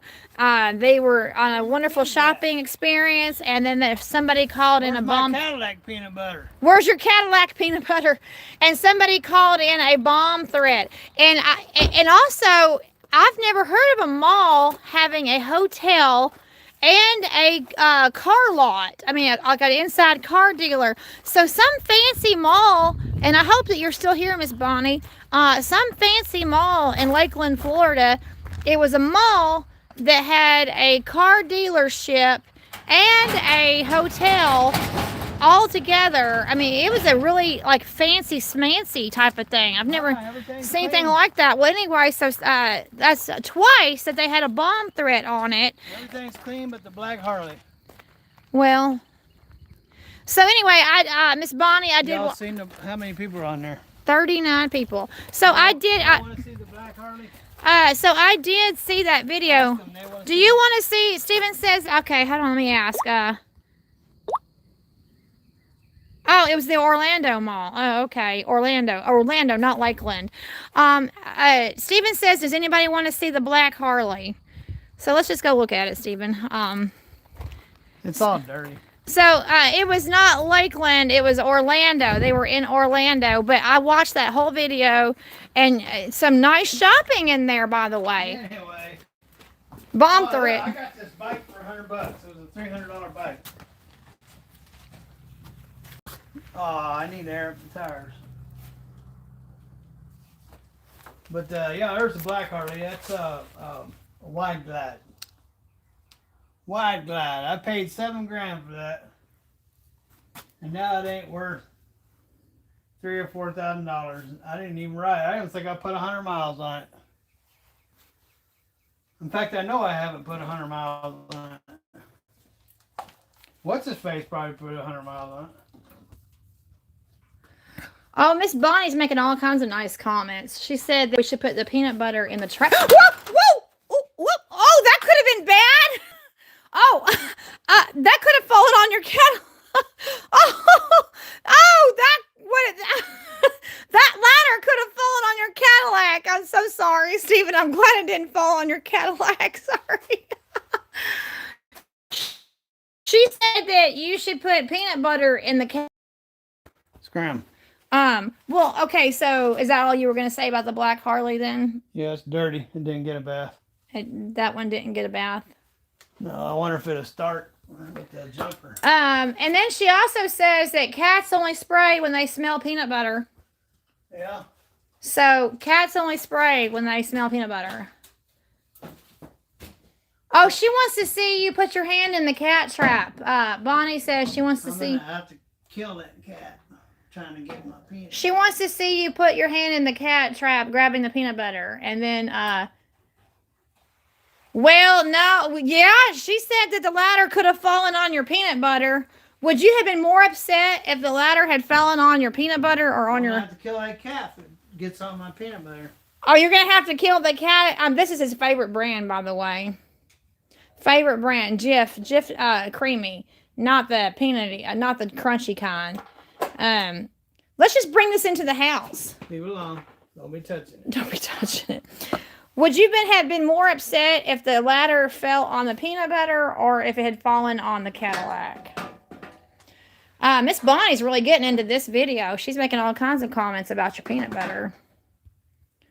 Y'all, seriously, go check out BB's Adventures. She's been really good to me. She and Paco keep up with our videos a lot. Power. So that was Orlando where that mall was that had the bomb threat.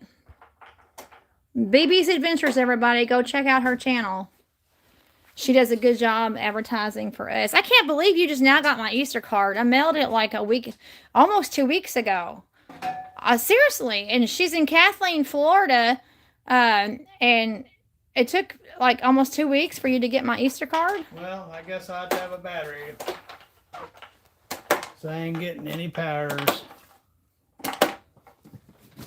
No powers. I thought I could get power just by putting. I mean, I have that battery right there. Car battery. Well, I'm glad, Stephen, that the ladder didn't fall on your No. Cadillac. Do I have jumper cables in here?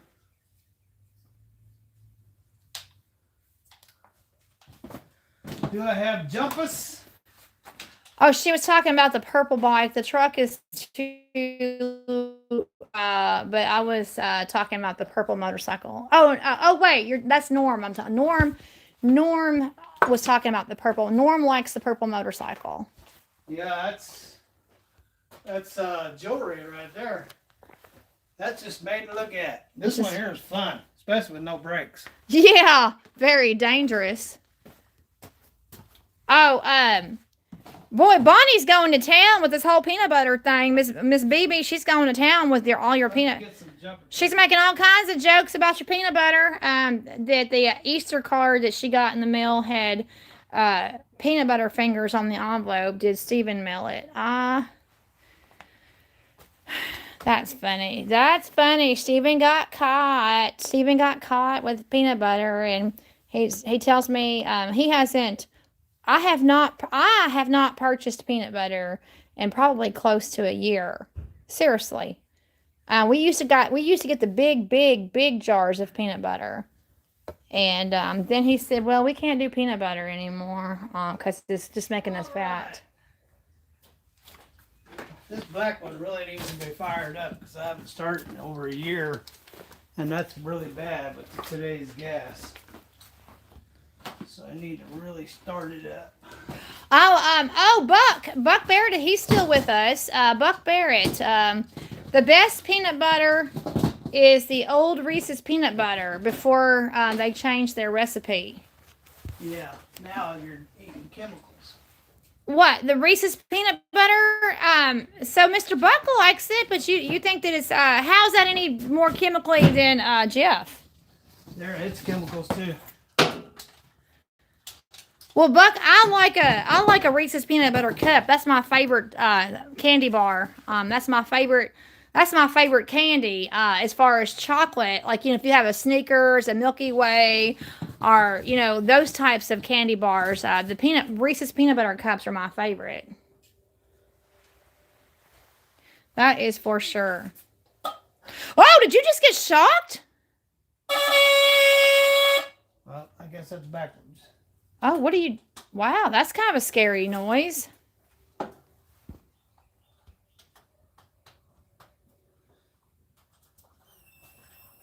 There it is. We have power. I'm going to put the jumper on it too. What did I do with the jumper? Oh, it's peanut butter girl. Trying to get your peanut butter. Stephen, have you ever been evacuated because of a bomb threat anywhere? I've been evacuated because somebody got shanked. Does that mean killed? Stabbed. Cut. That was like when you were behind bars, right? Bars. So shanked is a word for stabbing? Is that a prison term, shanked?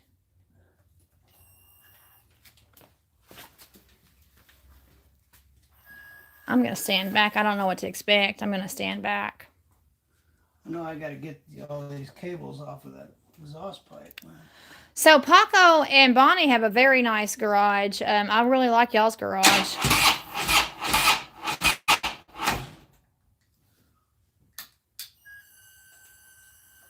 You can do it.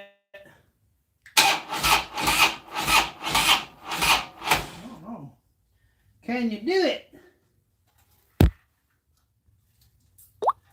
You can do it. Oh, her garage is peanut butter free. Hasn't been started in a year. Worst thing you can do to a motorcycle. Has it really been a year since you've turned that over? Ever since what's the name wrote it. Oh wow! Oh my goodness, that was a year in October. Wow, Bonnie is so funny. She's really getting onto this peanut butter thing. I don't even know if she likes peanut butter, but she's making all kinds of peanut butter comments. Almost. But y'all do have a nice garage, Bonnie. Y'all do have a very nice garage. I like your garage. Ooh, come on, oh girl.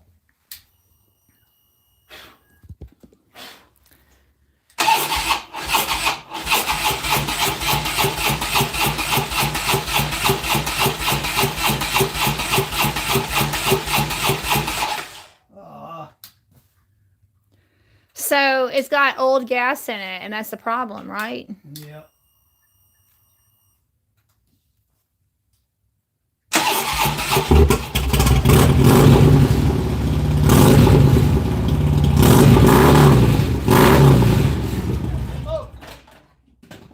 Whoa! Did you say it had some smoke or fire? Did I lose connection or something? Oh, what fell? Oh man, it smells like fire. Something's burning. It smells like it's burning. That's a scary smell, Stephen. That's a scary smell.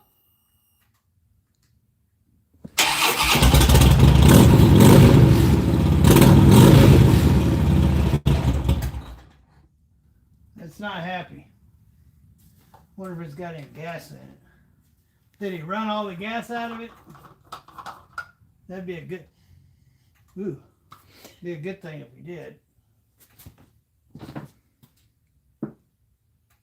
It's got gas in it. Put some fresh stuff. So you're gonna mix old gas and new gas? Is that even? Is that? Oh man, no, it's fumes. That's what I'm smelling. Is fumes. It's fumes. It's fumes. You can even see it. Once you open the door, you can even see the fumes. You can see it. So, should you even mix old gas and new gas? Well, the wind just closed that door. I thought you told me. Open that door. I thought you told me that you're not supposed to mix gases. That's right. You're not supposed to fart in bed when I fart in bed. Oh! No, seriously though.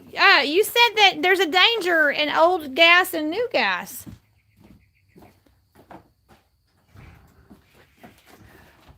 All right, let's try this again. Come on. I'm gonna step back because I don't. That's scary. It's just Pretty like scary. Well, it is.